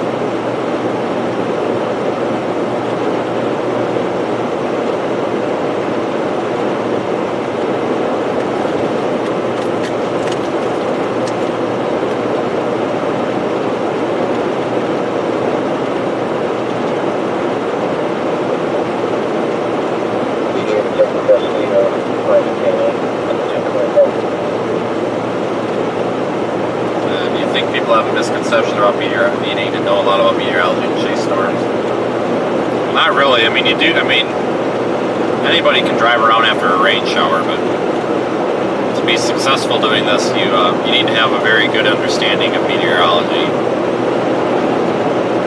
So I don't think that's really a misconception. I mean, you definitely need to know a lot about the atmosphere influence, but 53rd West Street. it doesn't mean that somebody can't learn it.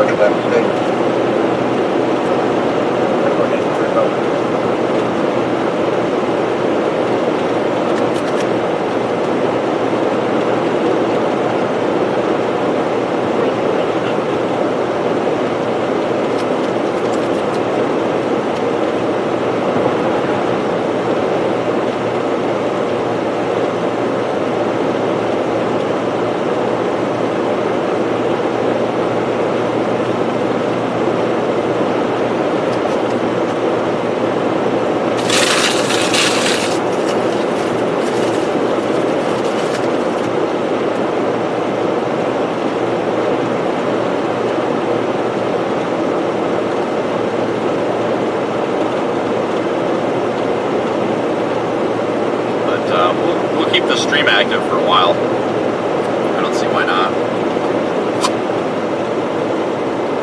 Congressman Derek Markey advised that he's being kicked out of the Department of Sheriff's Officer, and that they're currently going through the department.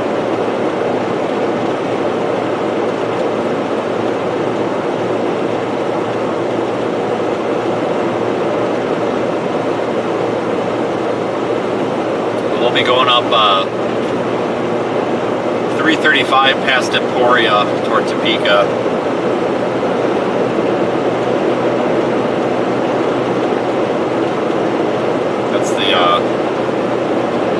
That's the tollway between Wichita and Topeka.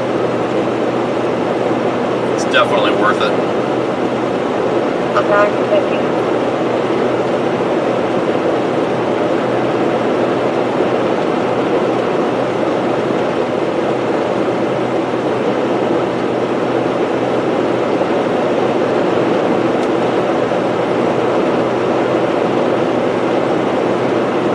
Definitely worth the cost. It saves a good, I'd say about 45 minutes. 7 on the ball for the engine 37 will be available in quarters.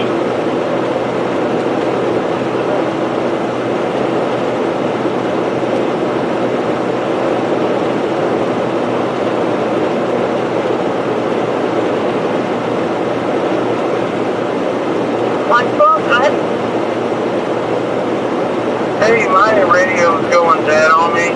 If they try to check on me or anything, or will you call me, or have someone call me, if I need anything, I'll just call. Wow. Yes.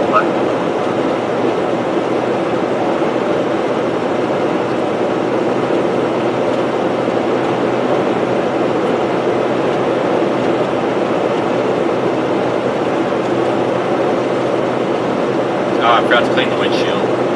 Dang it.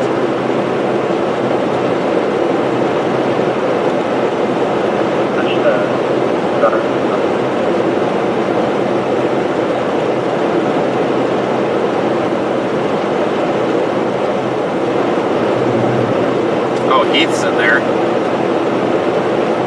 I see you've either changed your YouTube name over to the Ascend drone brand, or you started a new YouTube, one of the two. I had a feeling that was you. Now that I got the text, I know it's you. I could use a hot tub as well. I've had really bad luck with hotels and hot tubs. Every hotel that I've stayed at the past month, either the hot tub's been out of service or they just plain didn't have one, which is really annoying.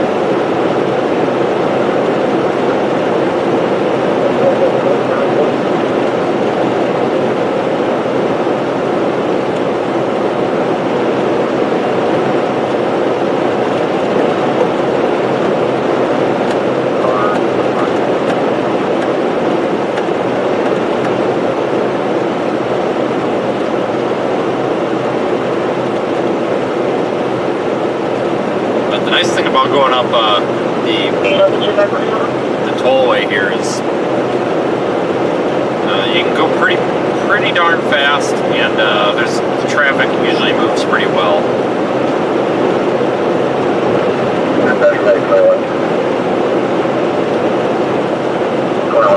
I don't think I've ever had traffic on 335.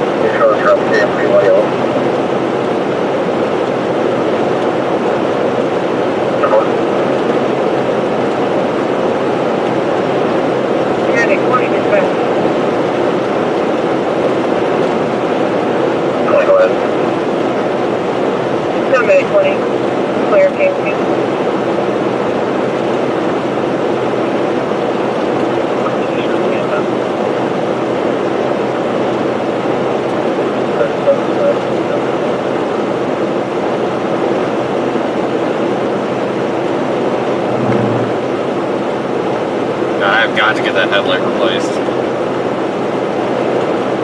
I've got LED fog lights, so that compensates for it, but you can still tell we're down a light.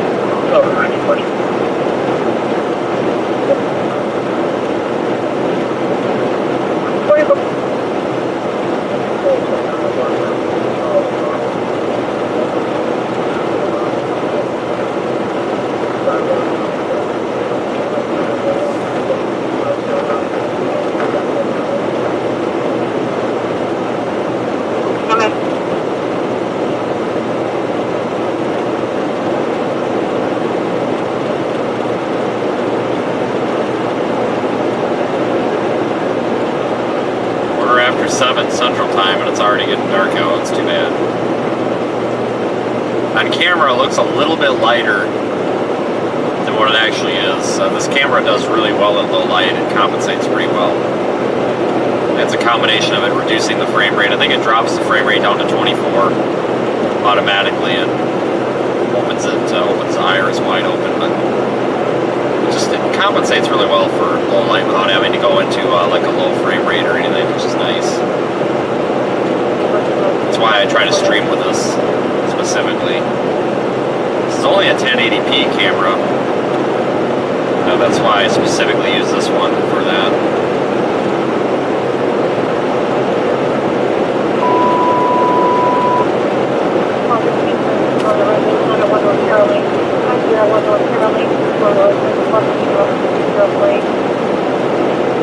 Yeah, the headlight's not too bad to replace in this. I've had cars where you gotta take the whole bumper off to replace it. That's a pain. I don't know why they do that. It's a terrible design.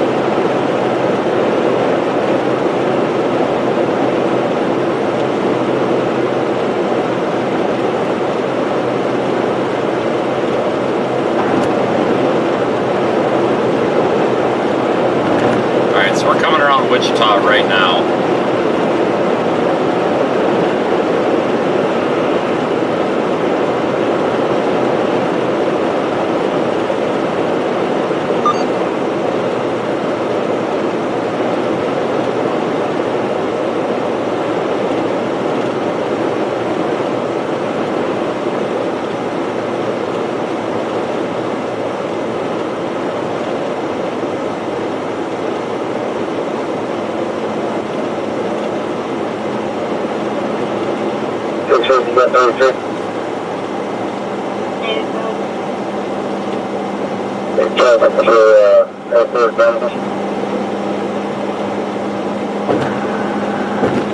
the Salina exit. Been through Salina a lot this year, that's for sure.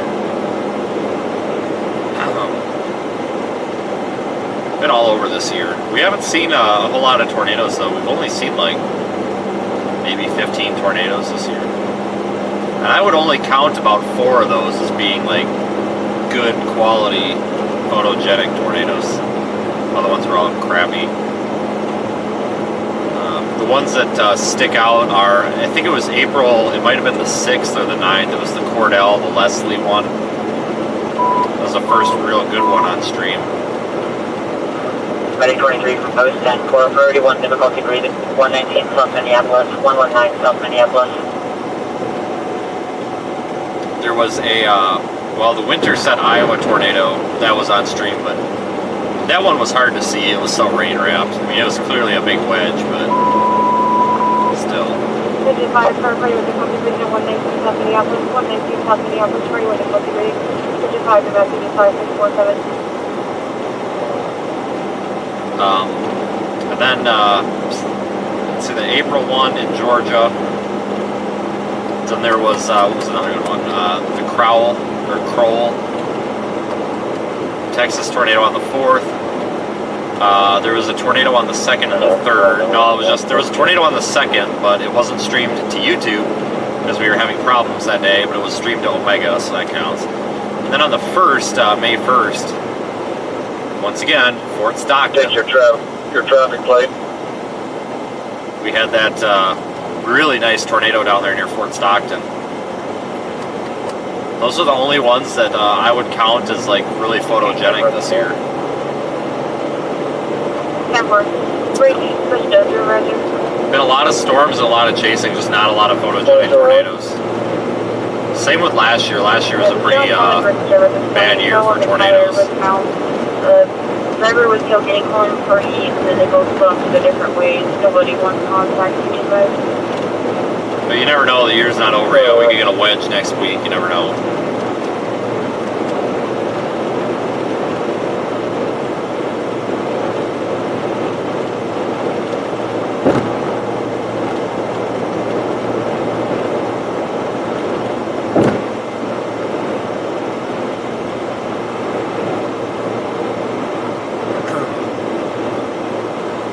Had a lot of nighttime storms this year. I remember at Derecho in the Dakota. Well, it wasn't at Derecho, but it was a big squall line in the Dakotas. Enhanced risk back in. It might have been in June, I think. I remember we went and waited in. We started the stream and started waiting in. Seriously, couldn't have just waited a second for me to pass. Whatever. We waited for it in Glendive, Montana, and then chased it all the way back through North Dakota. That was the middle of the night. That was at like midnight. Started the stream at like 10 p.m. It was crazy. And of course, a lot of times early in the season, in the spring, a lot of the storms occur after dark. But we had a lot of nighttime chases this year.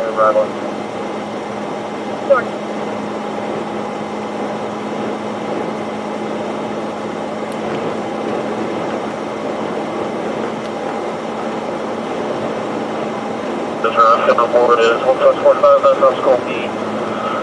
I believe it's 2000.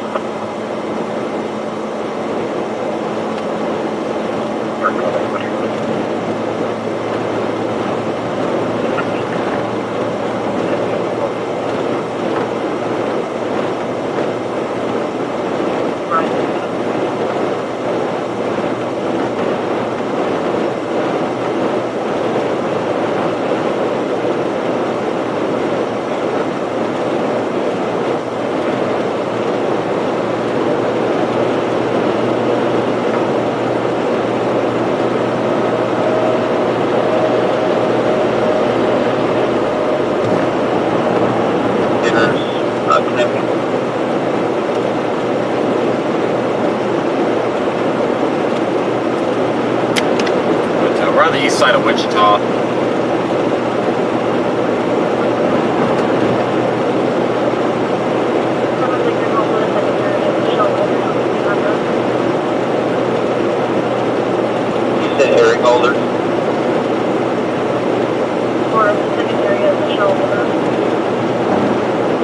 Okay, thanks.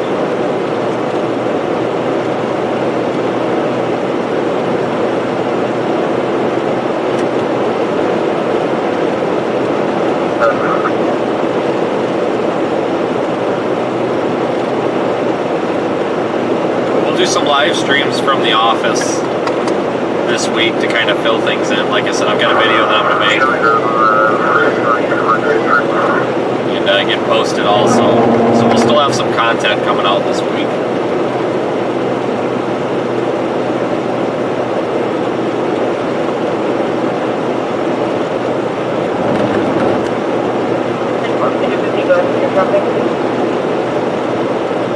We made contact with the homeowner. They're having some problems with the alarm system here. False alarm. Get any more call outs on it. It's just going to be that you reset the system.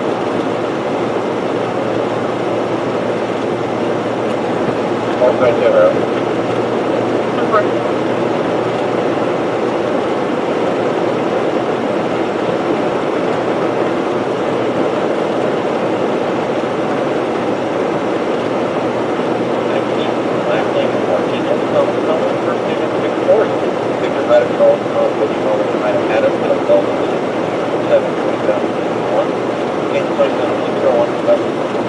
As we get out of Wichita, we'll get into the Flint Hills region. There's a couple of dead spots because it's literally just the middle of nowhere. But for the most part, the stream should remain pretty stable for that area. It usually does.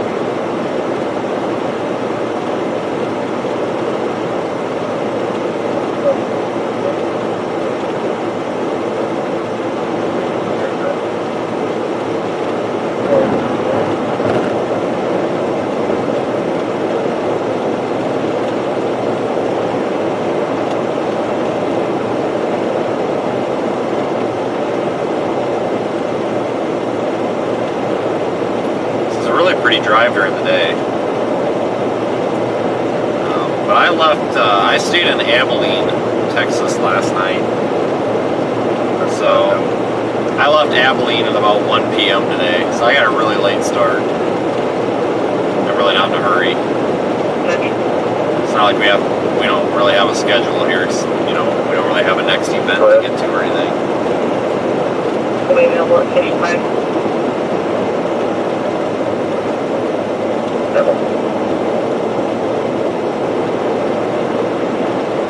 But drove up through Wichita Falls and Oklahoma City and then started the stream at Oklahoma City.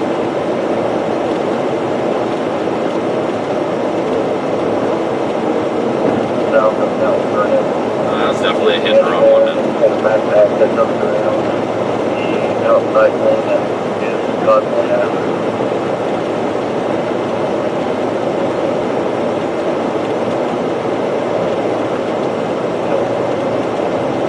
I like Kansas.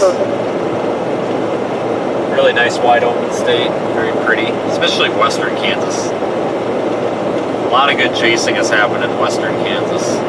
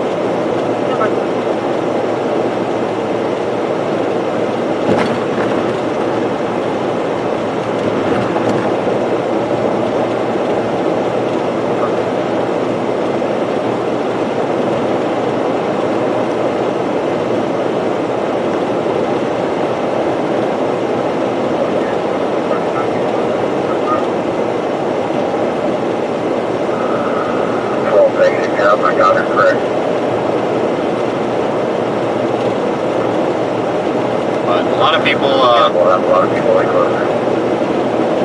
seem to like these streams because they get a chance to see things they normally don't. Probably not as effective at night during the day, but might as well turn the camera on. We're out here.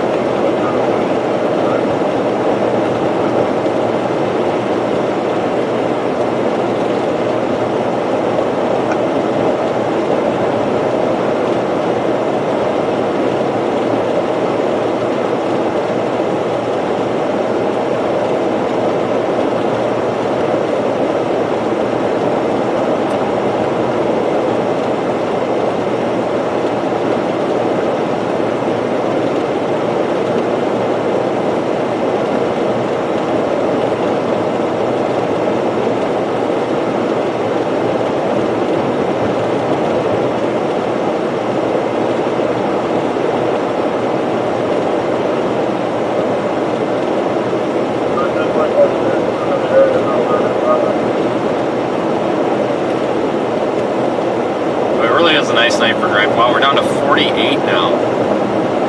48 degrees. Holy cow. They dropped out quick. It was like 74 down there in Abilene when I left. It's kind of like the drive down. When I left on Saturday, I left early in the morning. Well, not early. I left about 10 p.m. I left Wisconsin at 10 a.m. and it was like 30 degrees, well, 35.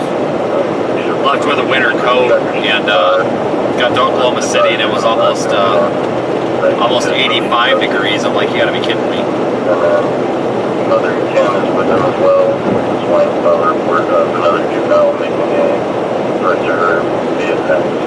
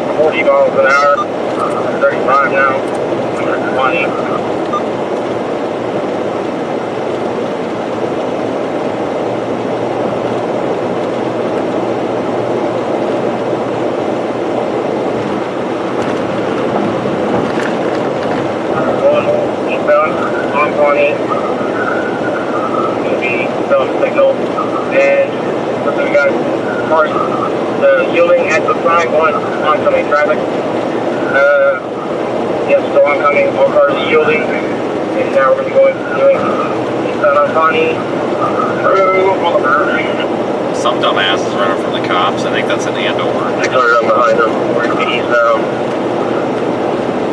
Not far. We just went through the Andover area too. Started on calling. Speeds are 70. We're eastbound on Pawnee. Coming up to Woodlawn. Going underneath the eye. There's light traffic.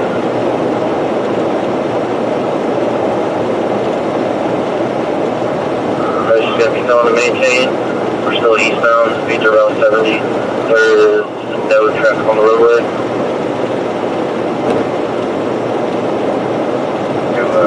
Right lane traffic. For we are in the eastbound lane. Coming up to the number pitted on one car in the road up ahead. Speed to 80. We got a green at Woodlawn. Continuing eastbound.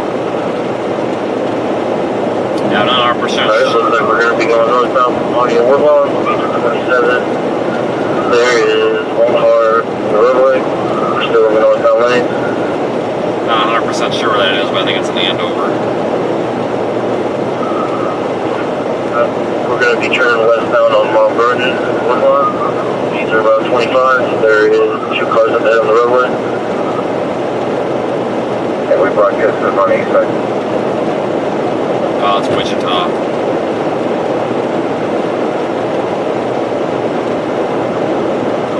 Alright, we're going to be turning southbound off to Drew Ranch. These are 15. There's only 1 car heading southbound in front of us. Now there's no traffic. These are 40. We're still southbound. He's going to have to turn west on Bel Air Kincaid. It's a dead end. We'll be westbound Kincaid from Gold Ridge. These are 40. There's absolutely no cars in the roadway. Gotta be a real idiot to try to run from the cops in It looks town. like we are going to be going. Oh, might be coming to a stop right here. It's one thing on the highway, but in town you're screwed. I mean, really. You can only go so fast in town without hitting something, that is. We're going northbound towards Good.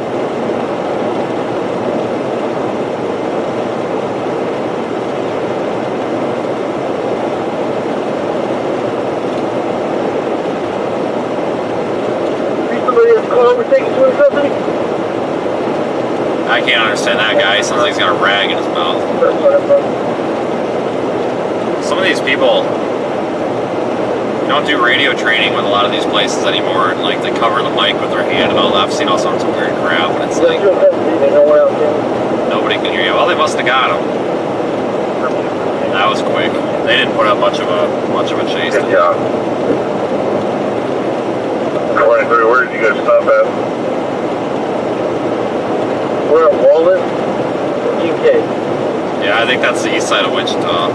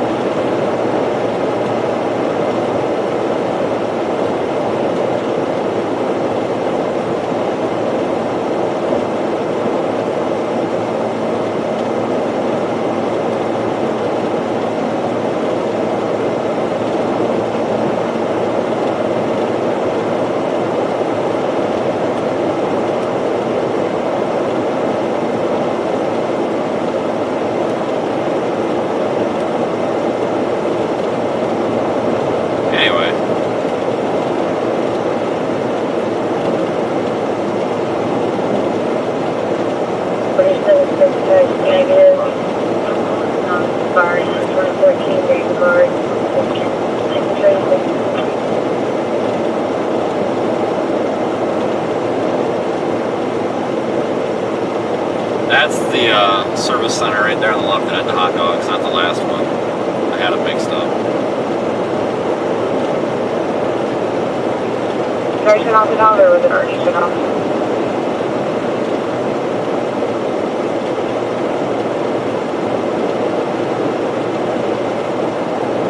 Rescue 2, did you guys shut the valve off or was it already shut off? Or the meter, I'm sorry. It was shut off by fire companies. We believe the situation is, or the issue is going to be at the meter. Good work, thank you, Ms. Company. Making pretty good time tonight, though. I've only been driving for the past 6 hours or I so. don't know if you noticed or not, the jars back on the safety.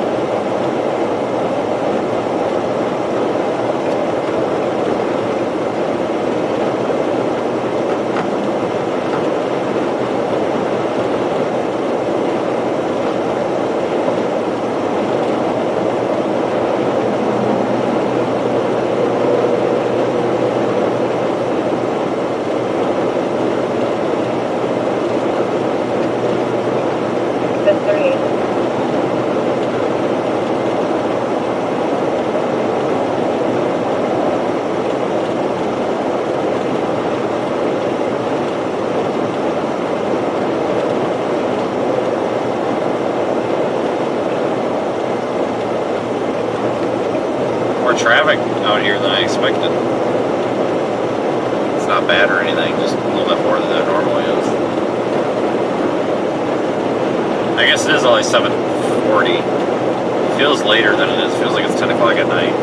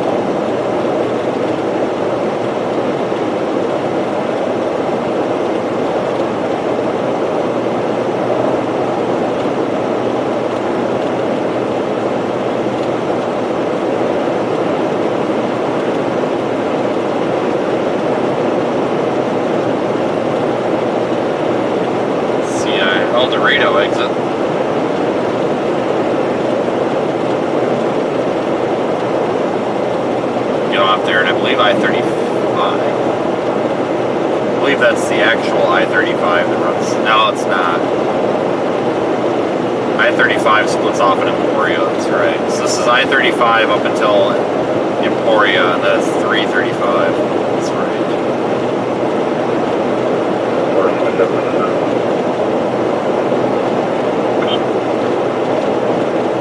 Charles 613-090-471-310.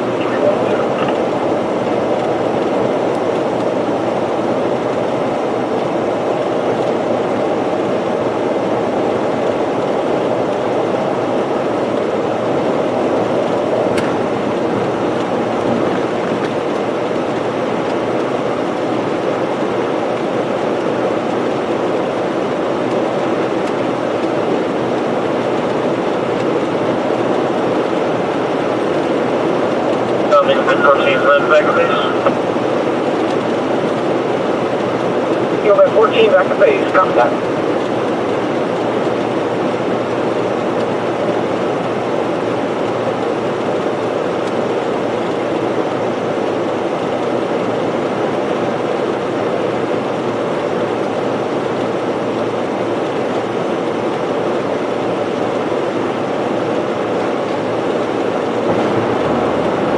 I've seen a bunch of brake lights up here, but nobody ever stops. So I don't know what's going on.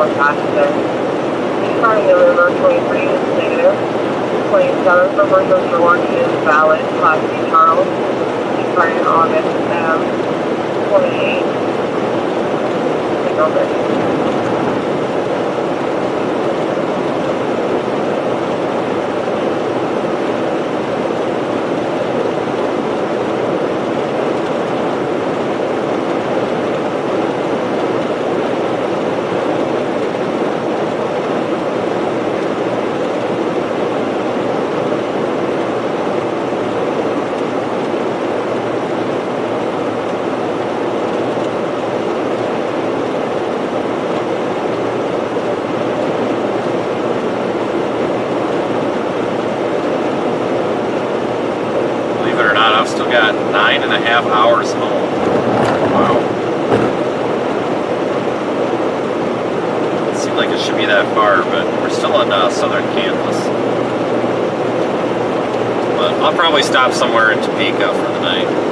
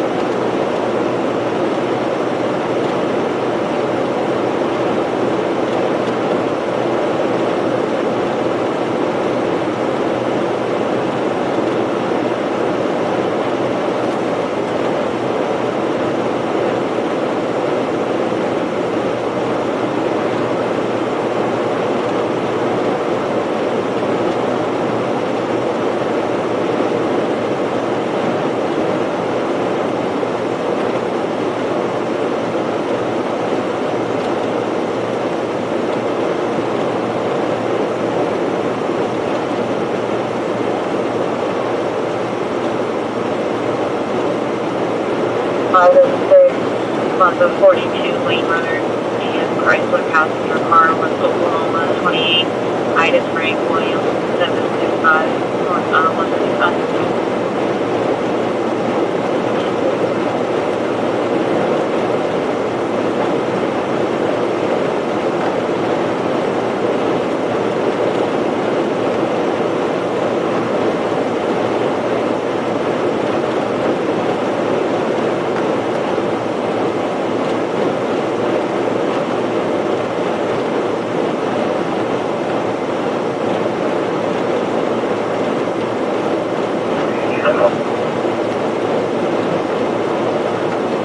Yeah, we're down to 43 degrees, so it's definitely getting colder the farther we go.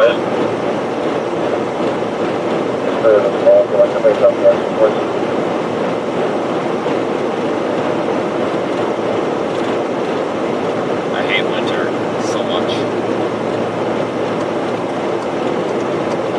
Well, what is St. Francis Pediatrics? No special.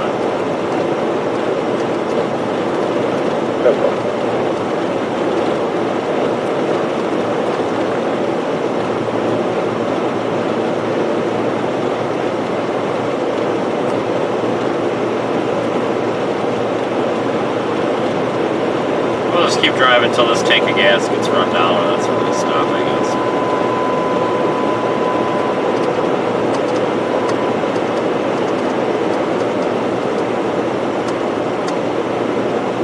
It's almost harder to drive these long distances when you're not on a schedule to be somewhere. You know, like when you're going to a storm chase, it's a lot easier because you figured out, you're like, okay, well, I've got to drive, 17 hours, and you leave 2 days ahead. It's like, okay, well, I'm either going to drive 7 hours or 10 hours on this day, and whatever, and a stopping point. But when you're really not in a hurry and you don't have a schedule, it's easy to want to only drive an hour or two and then say the hell with it. I almost stayed in Abilene another day, but if I do end up turning around and going back out, it might be Saturday, Sunday when I have to turn around, so I want to get home as quick as possible so I can spend some time in the office and get some business stuff done too. First, got to get the car figured out, some other stuff.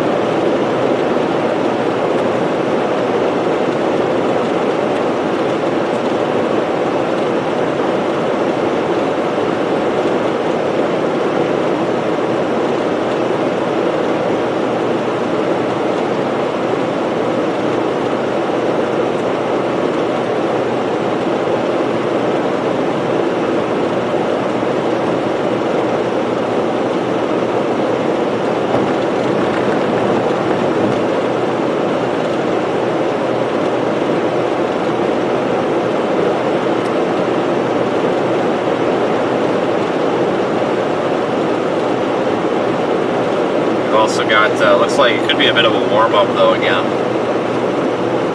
don't know how long it'll last, but a little bit of a pattern change coming, so we've got this cool down happening, and it looks like we'll probably have a warm-up for parts of the Midwest and the plains. Basically, a lot of these places that got cold in the middle of the country or are getting cold, I think are going to warm up it for a little bit toward the end of the week. That's of course when we're going to have that possibility for severe weather as well.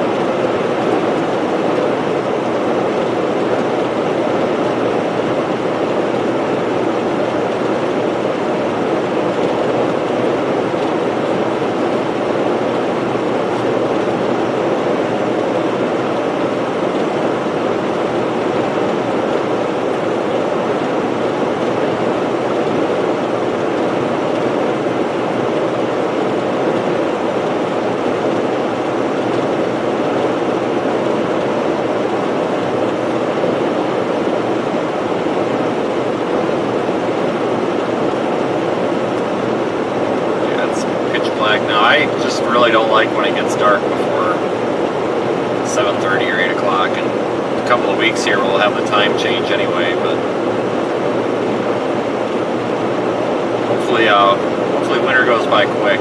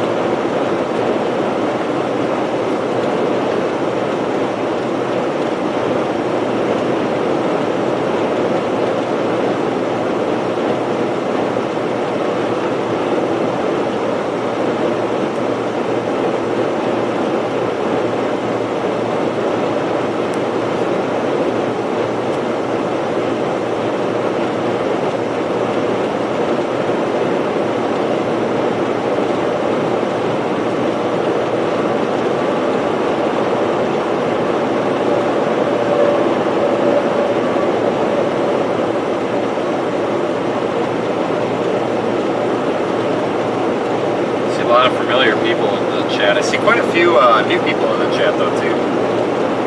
It's always nice to see. So welcome if you are new to the channel. I think we picked up quite a few new viewers yesterday. It seemed like.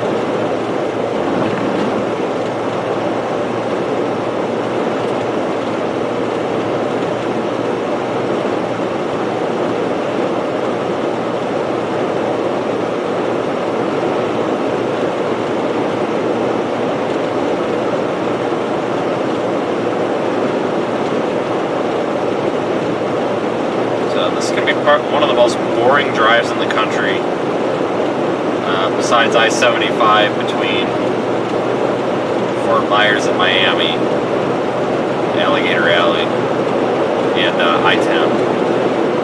be one of the most boring drives in the country at night. 335. I-70 is about the same. I-80 is not as bad. I feel like I-80 has more curves to it, but this tollway is literally just a straight road. It's pretty awful at night. It's horribly boring.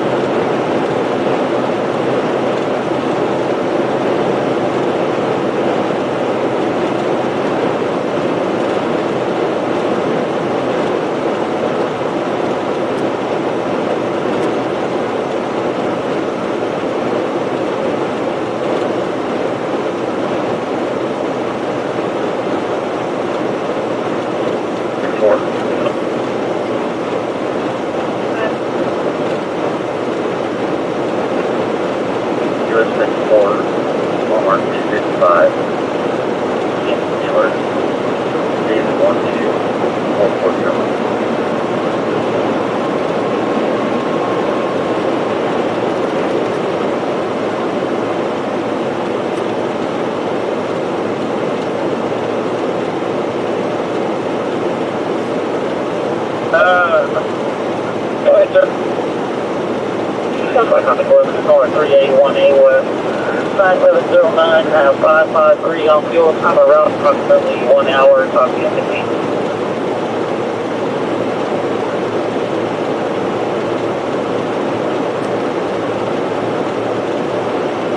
Zero tire. Top on 3 in the main, 60 on the ride.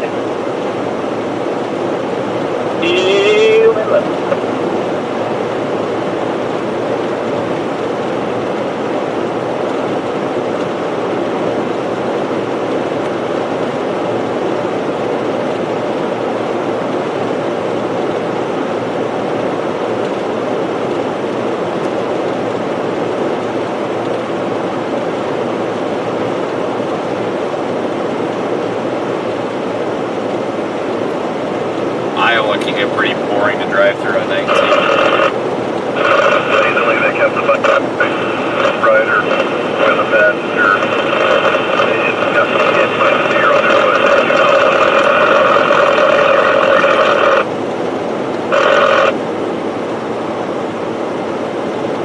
They're now pulled into 711.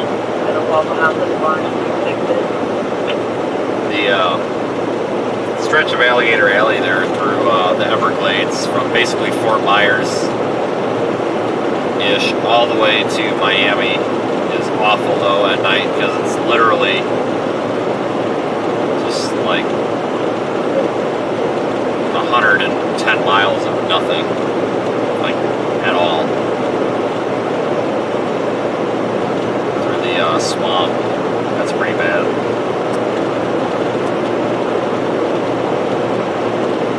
Had to make that drive 2 weeks ago. Had to get a hotel in Miami because we couldn't find any on the West Coast.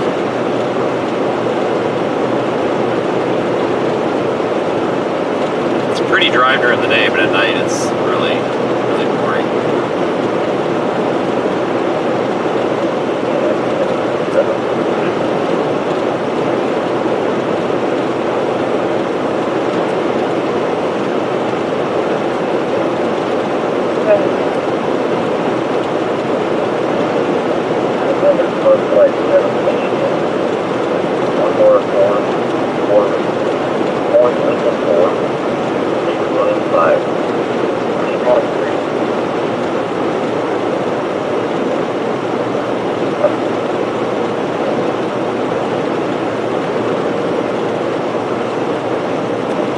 Yeah, 70 and 80 west of the Rocky Mountains is pretty awful too.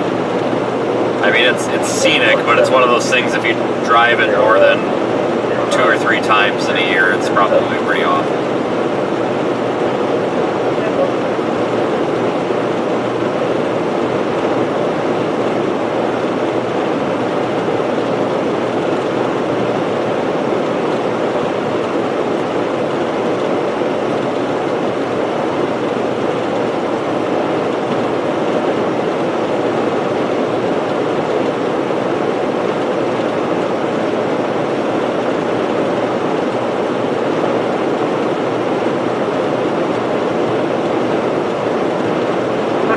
Transit and Route 61.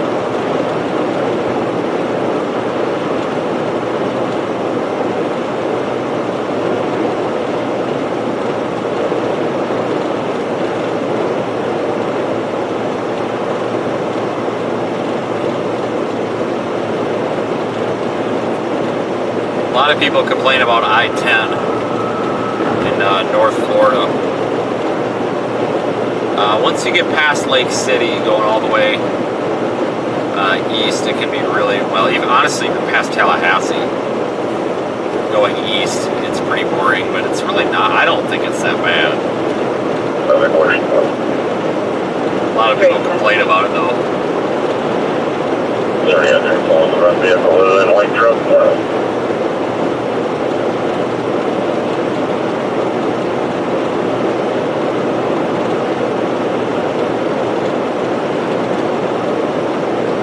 White full door.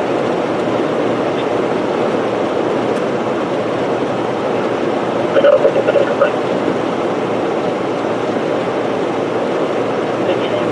Usually the call on Sunday. GM4.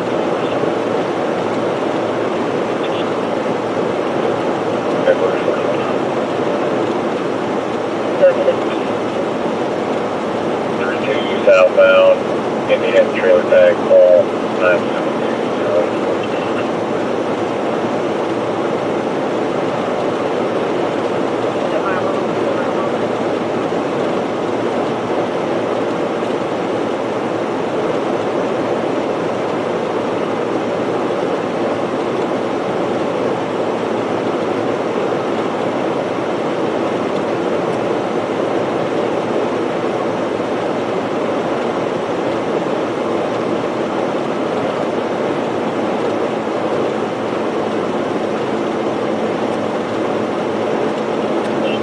On a 20 feet and they traded the Amazon Logistics 20 miles.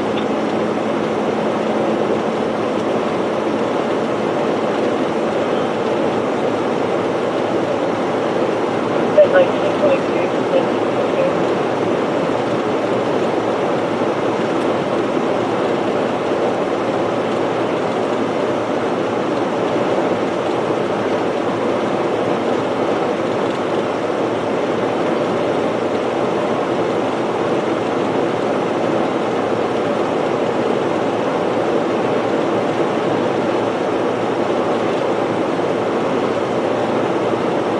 Trucks at that service area tonight.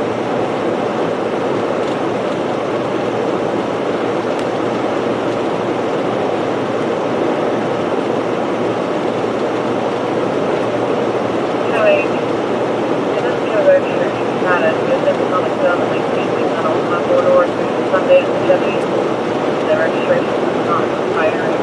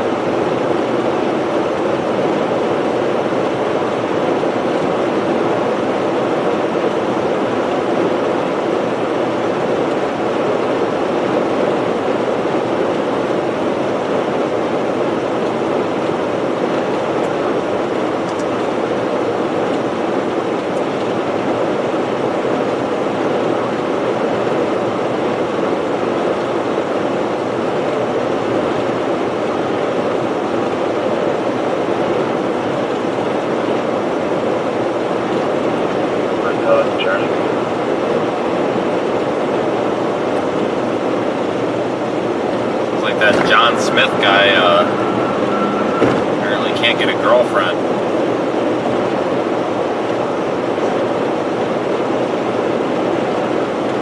I can see all the messages that the moderator's deleting the chat, and John Smith sounds pretty messed up. Probably a good thing he doesn't have a girlfriend. Holy cow.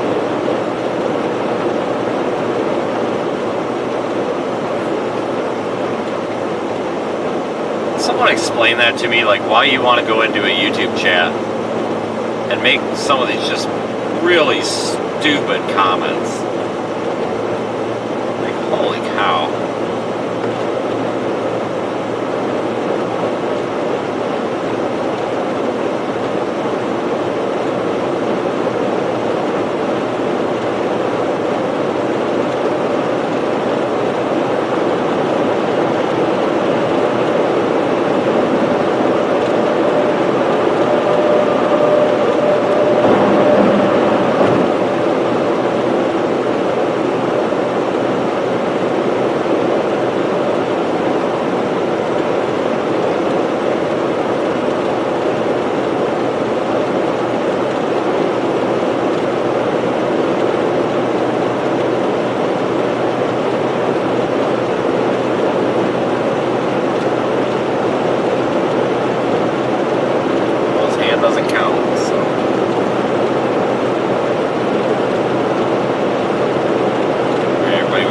I-335. We're headed toward Topeka. We're about halfway between Wichita and Emporia. Technically it's I-35 right now, but it'll become 335 at Emporia.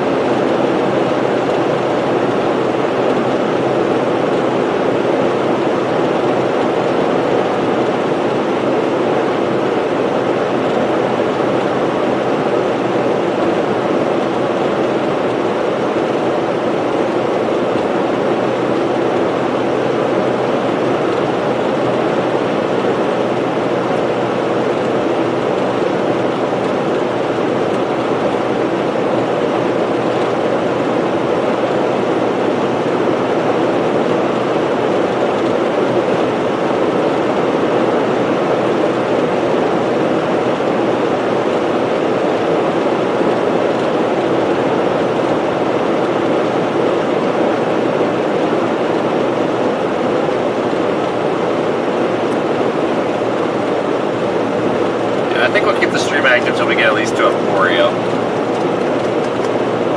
But I'm trying to go live. You know, we don't have these severe weather days very often in the off season. I try to go live for these drives just because it's something. I mean, gotta keep the channel active, otherwise I can't be out here. So now we have somebody in the chat's username is I love sucking on your toes. Are you kidding me?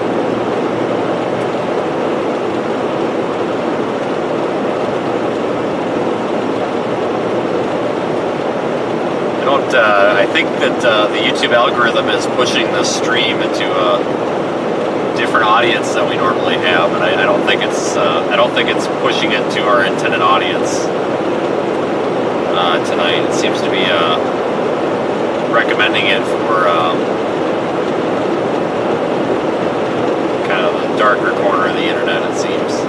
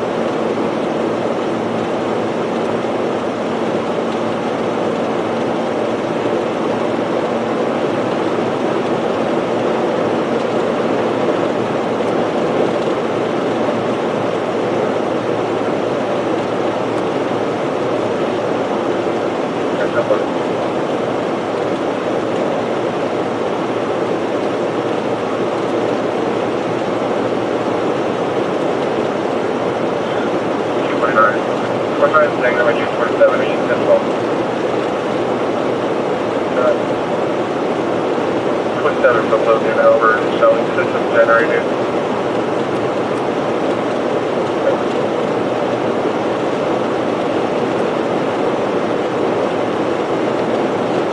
On a 39 now, 39 or 40, whatever the car says. It's flipping between the two. Yeah, much cooler up here. Well, it's that time of the year, what do you expect?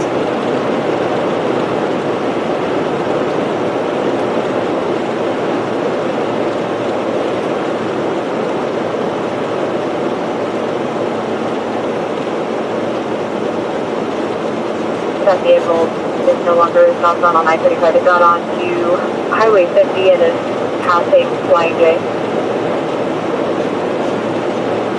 Yeah, getting ready to get on 535 now. 10-4.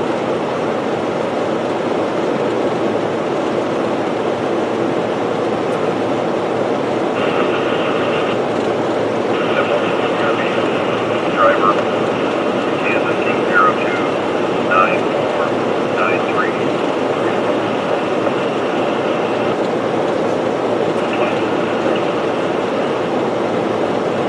The passenger going to be Kansas King 03193475.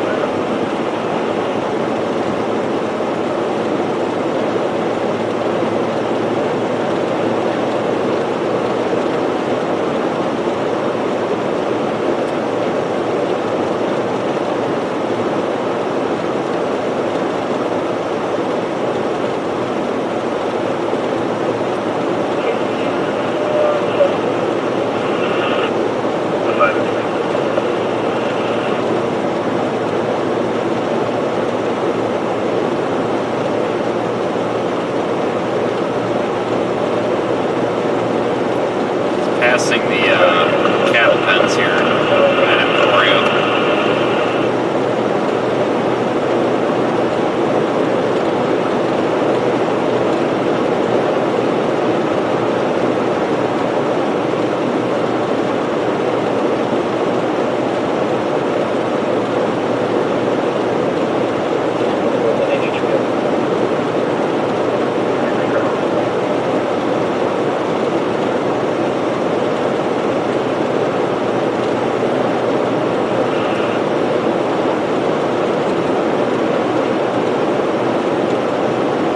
I'm going to be out with that RV that you sent 354 about earlier. You were 169 just on the K47.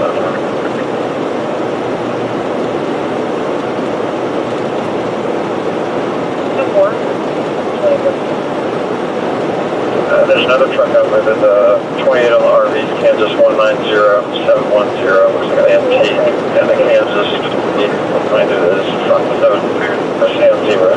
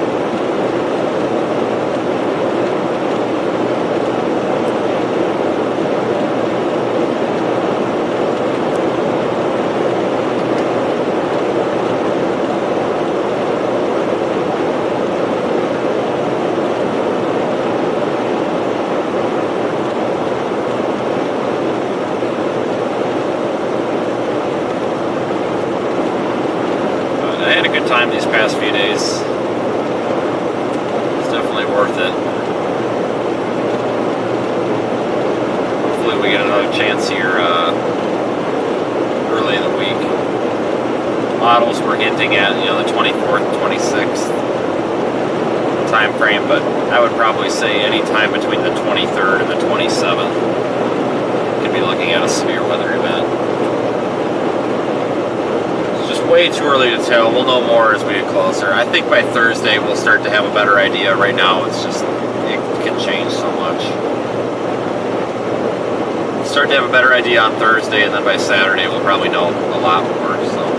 Going to read back 3832, Nanner 619 or 447 on the gas, 40 minutes out. Talk to you next position.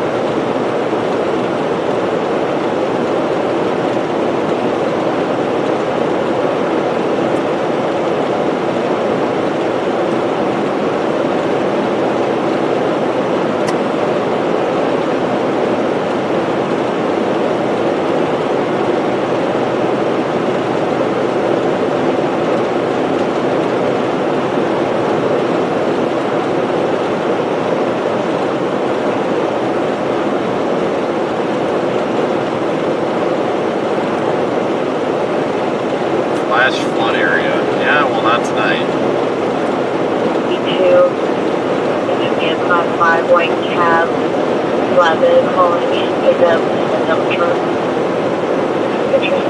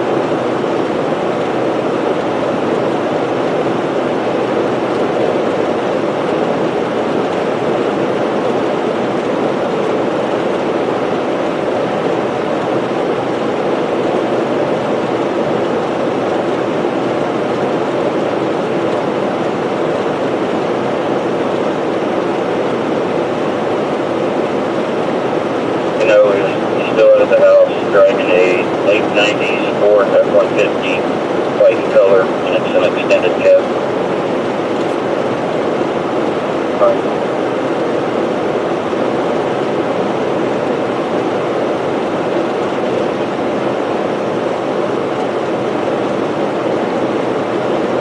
Once we get up here a little ways, I'll probably cut the stream. Probably time for me to find a hotel. I might. Where am I? Emporia. I might try to stay in Emporia tonight. I don't know.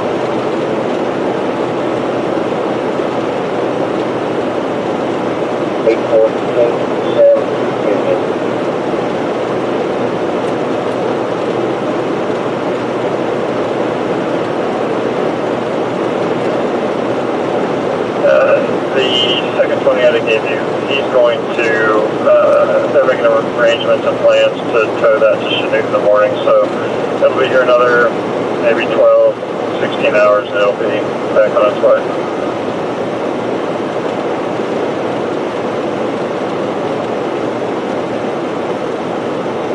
See the skyline there of Emporia. Pretty lights.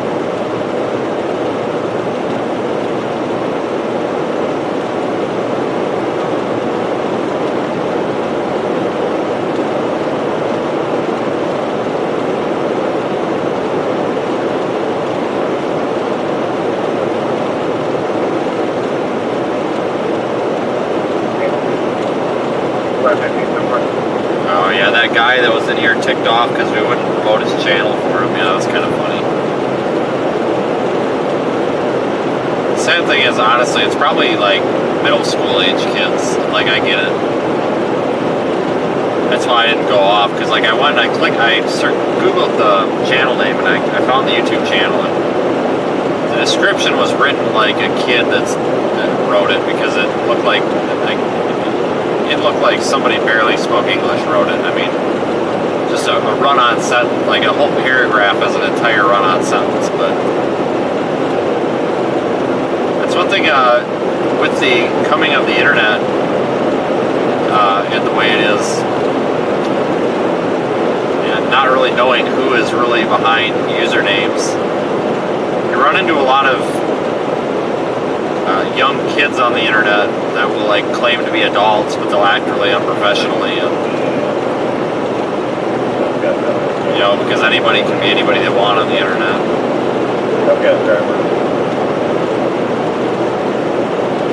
There's a snotty kid on the internet that likes to screw around and make all these videos, and little snot bags took a bunch of my video after I told him he could not, because it was exclusively licensed to the BBC and the terms were that nobody else could use it. So he literally could have got me in a lot of trouble because I was breaching contract if I would have given him the video. So I said no, and he used it anyway and like made a joke out of it and was a snot about it. So I did some Googling and I found basically a white pages listing, and I figured out who his parents were. And I found his mom on LinkedIn, and I got her email, and I sent her an email, and I got the kid in trouble. She made him take the video down and get off of Twitter or whatever. So I figured that was a successful mission. Little snot. Can probably learn not to do that. I've got no problem with young kids like trying to hone in their skills with video editing and such. But when they ask and you tell them no and you give them a reason why, and they go and do it anyway, that's when I lose my respect and my patience. At that point, it's like, nope, heck with this, I'm calling your parents. So, and I did. But probably learned a lesson. It's probably good it happened that way before you really got in trouble. Stealing somebody's content that would have made a bigger deal about it. But you just never know on the internet anymore.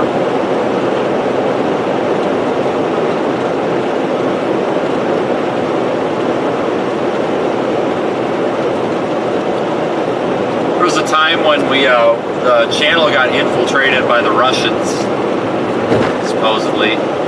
That Russian severe videos guy. I don't even know if any of our moderators were. Well, Kathleen probably was.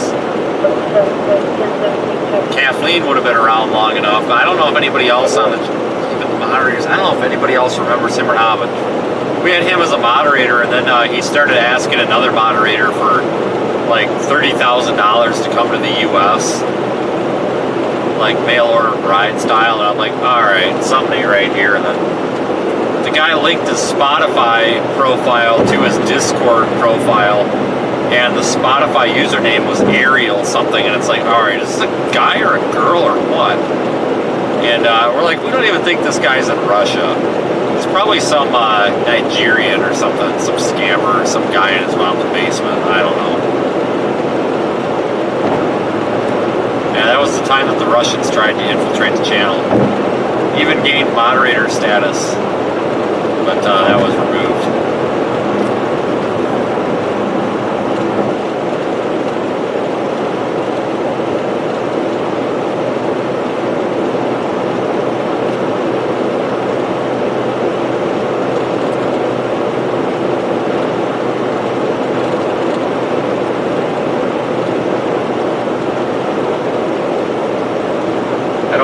Honestly, you know, and I'm not saying we've had a lot of turnover in our audience. It's just the channel was a lot smaller back then. You know, we had like 5,000 subscribers. You know, 5,000 subscribers and maybe like 100 views every live stream when we had that Russian kid, or supposedly Russian person. So anybody on here most likely doesn't remember that, but we've still got some viewers I know in the chat that I'll see time to time that were on back then. It's just, we didn't really have that many. We'd only have like 10, 15 people in the chat, so. The channel had pretty exponential growth between March and May.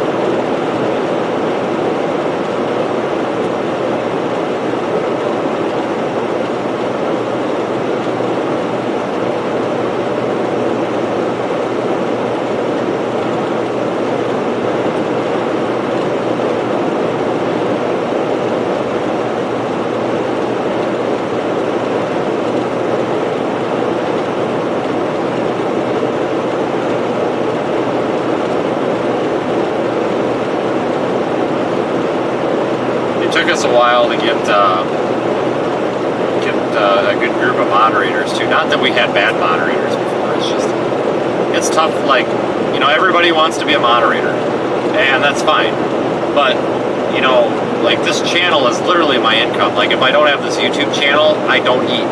I cannot eat. I have to go work at Walmart if I don't have this YouTube channel.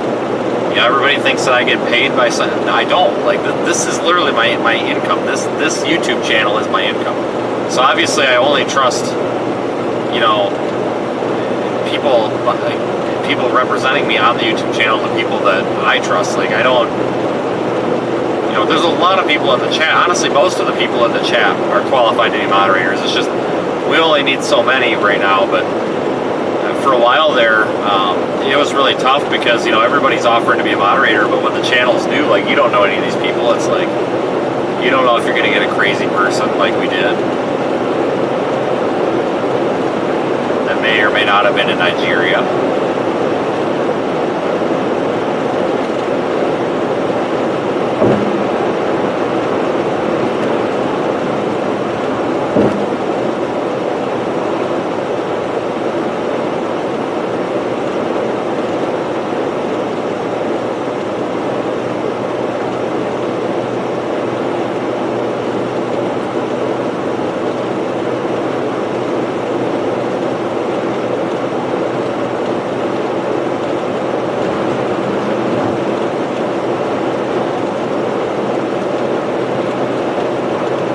Now's a good time to advertise. We do have that Discord server, folks. If you go to seethestorm.com, I did pin the URL in the chat.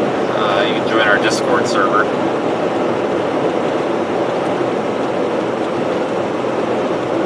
I'm trying to think of something we can do a little bit more.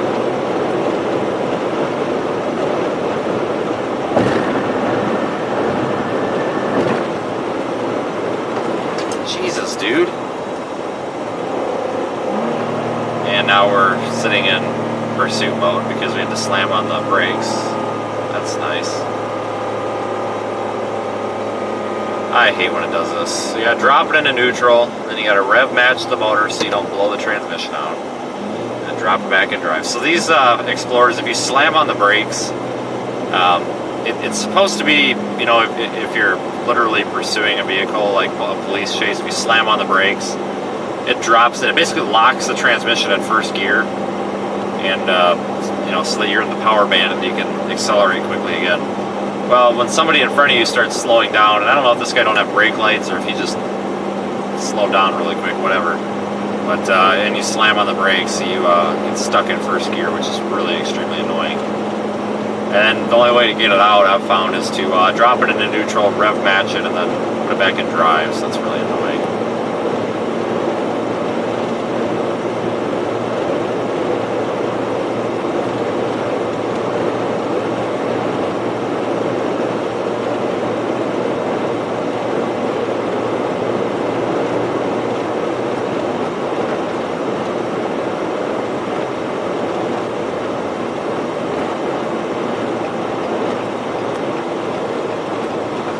Here's that car that was in that hit and run. My God, he's really speeding if he caught us up that quick.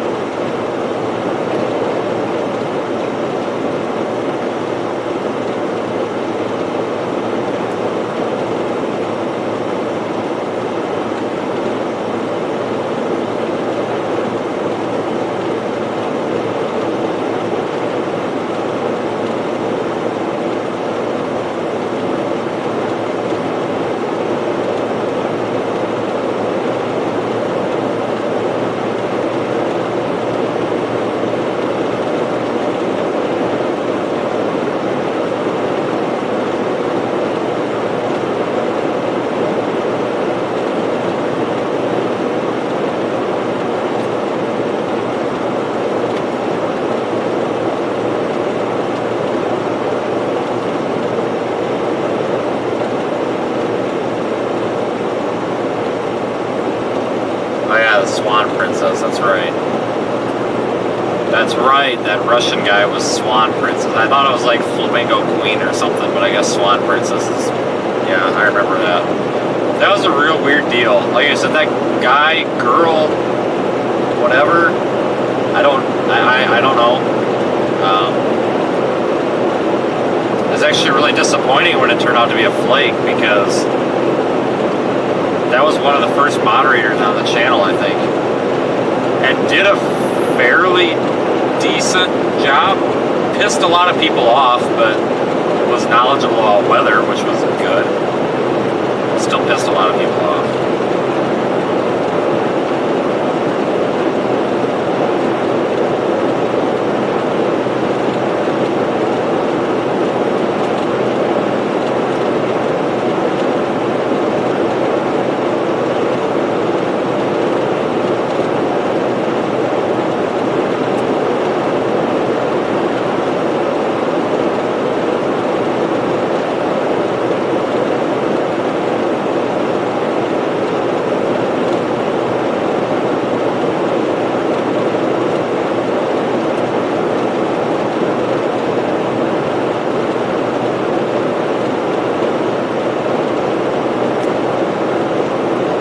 When I started the channel, I remember we had basically a live stream that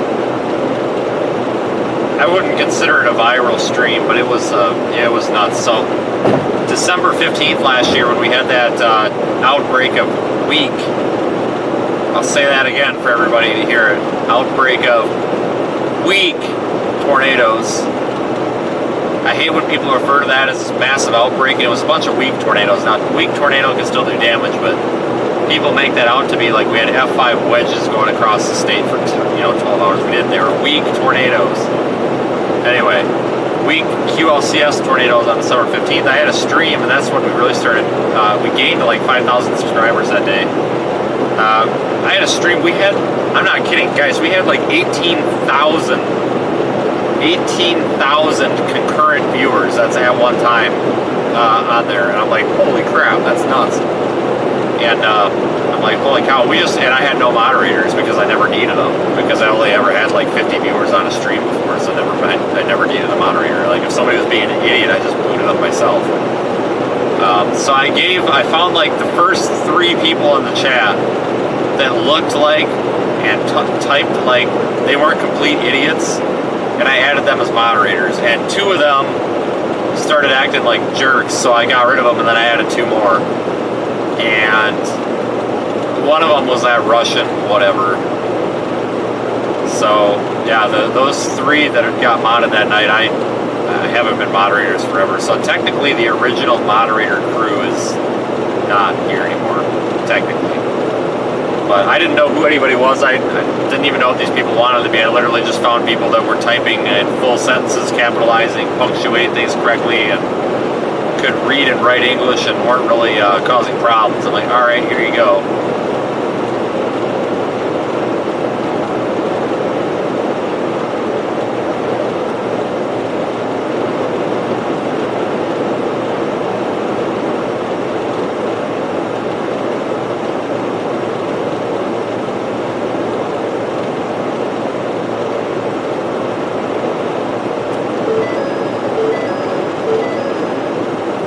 A lot has changed, though, that's for sure.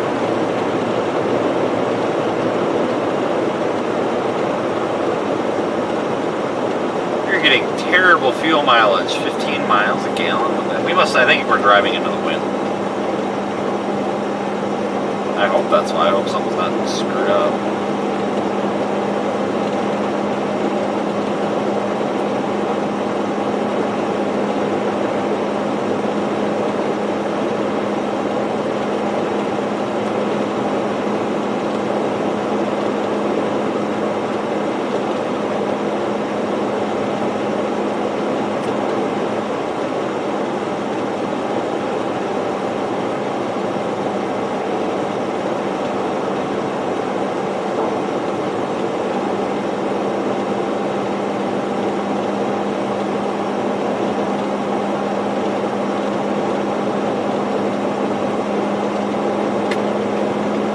guy decides he's going to go 15 under the speed limit.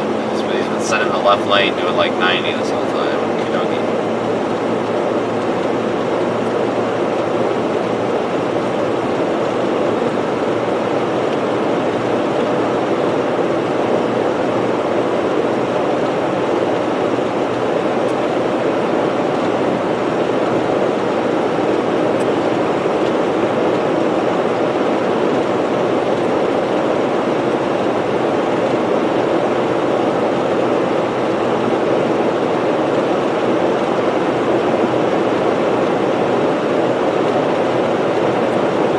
This guy's, you gotta be kidding me. Now this guy's gonna try to pass us in the left lane. Like, what are you doing, buddy? At this point, I don't care. I'm not dimming my headlights for you anymore. Jesus.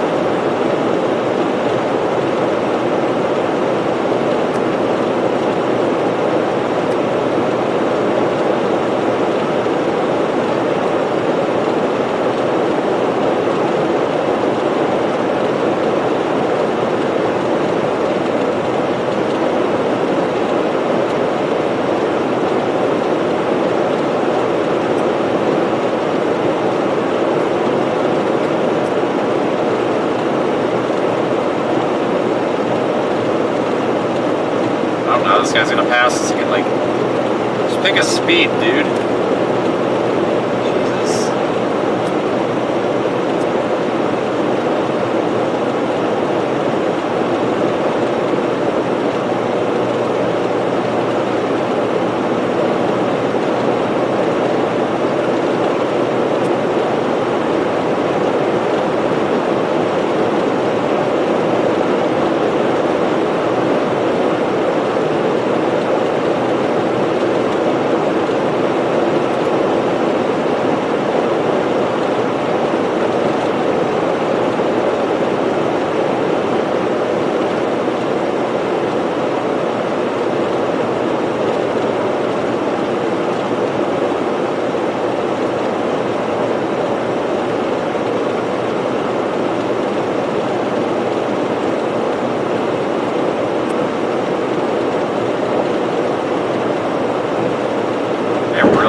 Driving at this point.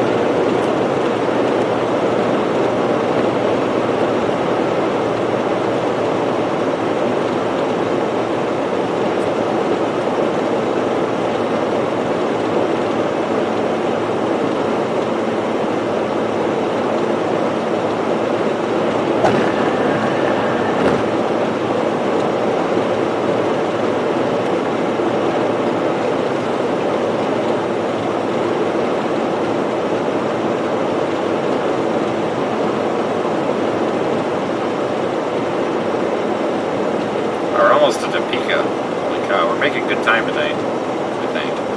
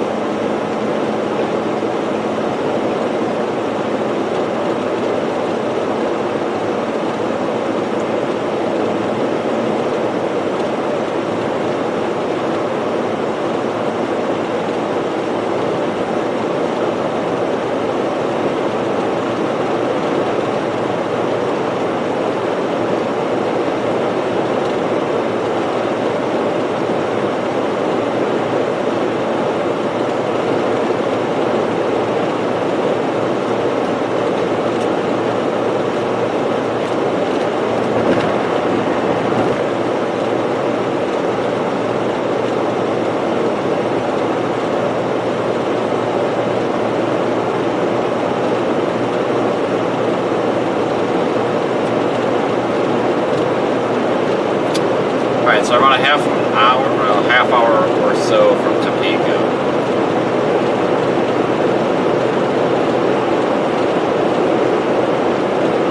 Not too bad.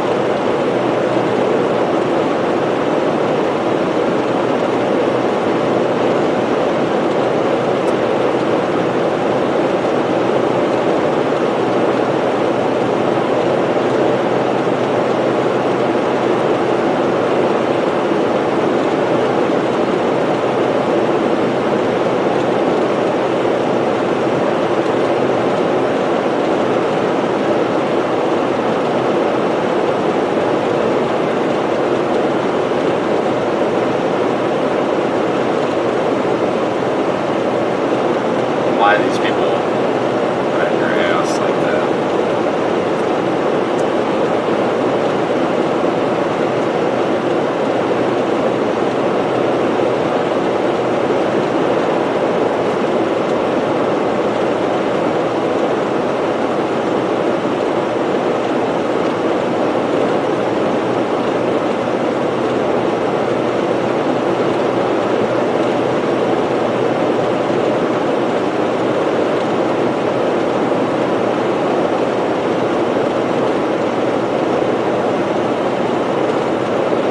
Oh, now you're gonna pass. There we go.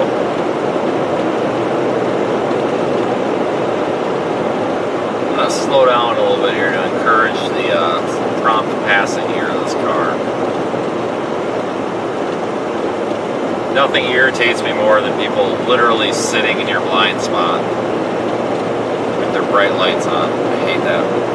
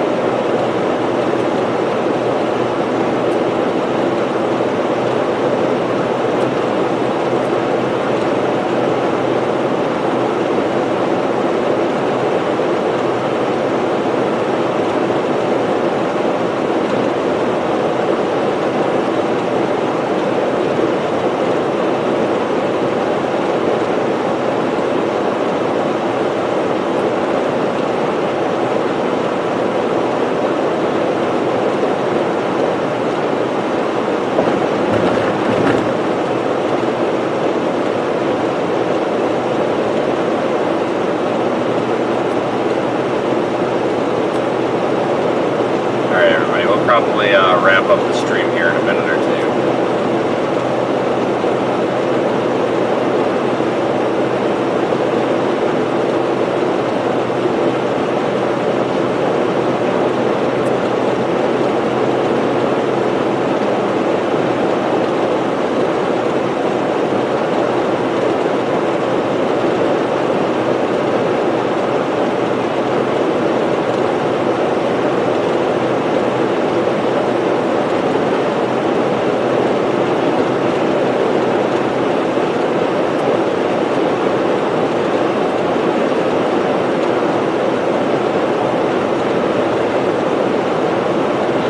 Anyway, guys,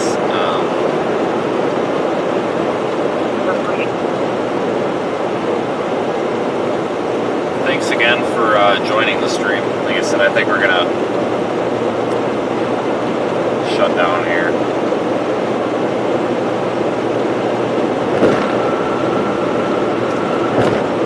You're always welcome on our Discord server. You can also go to seethestorm.com. Again, that's pinned in the chat. Should be at the top of the chat, it's a pinned comment. Got links to my social media on there, as well as our store.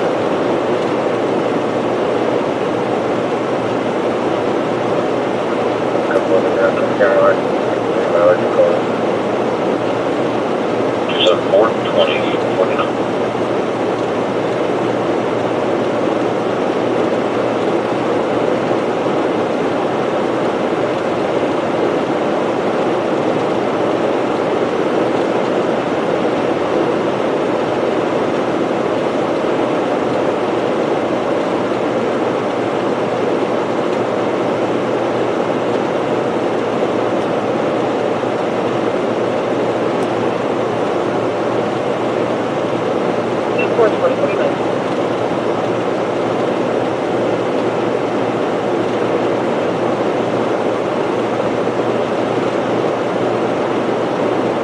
Alright, everybody.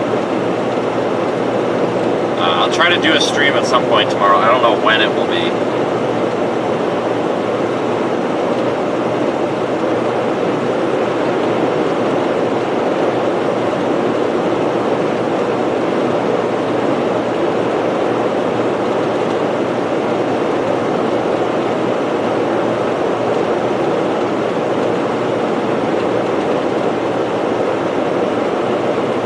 Might do it in the morning, just for something different.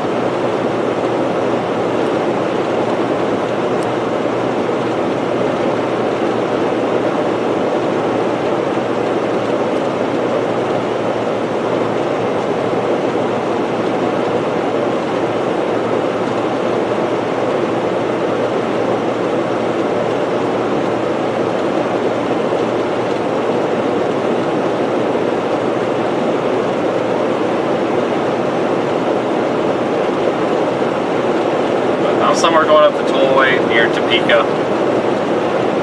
I'll talk to you all tomorrow, and make a plan for the rest of the week. I'll probably start to have some more ideas of what the rest of the week will look like by tomorrow. Down to 37 now, holy cow.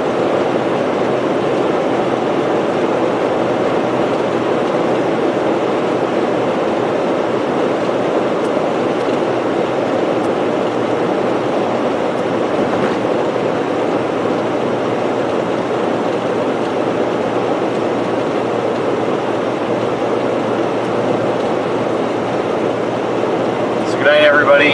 Talk to you all tomorrow, I guess. Have a good night.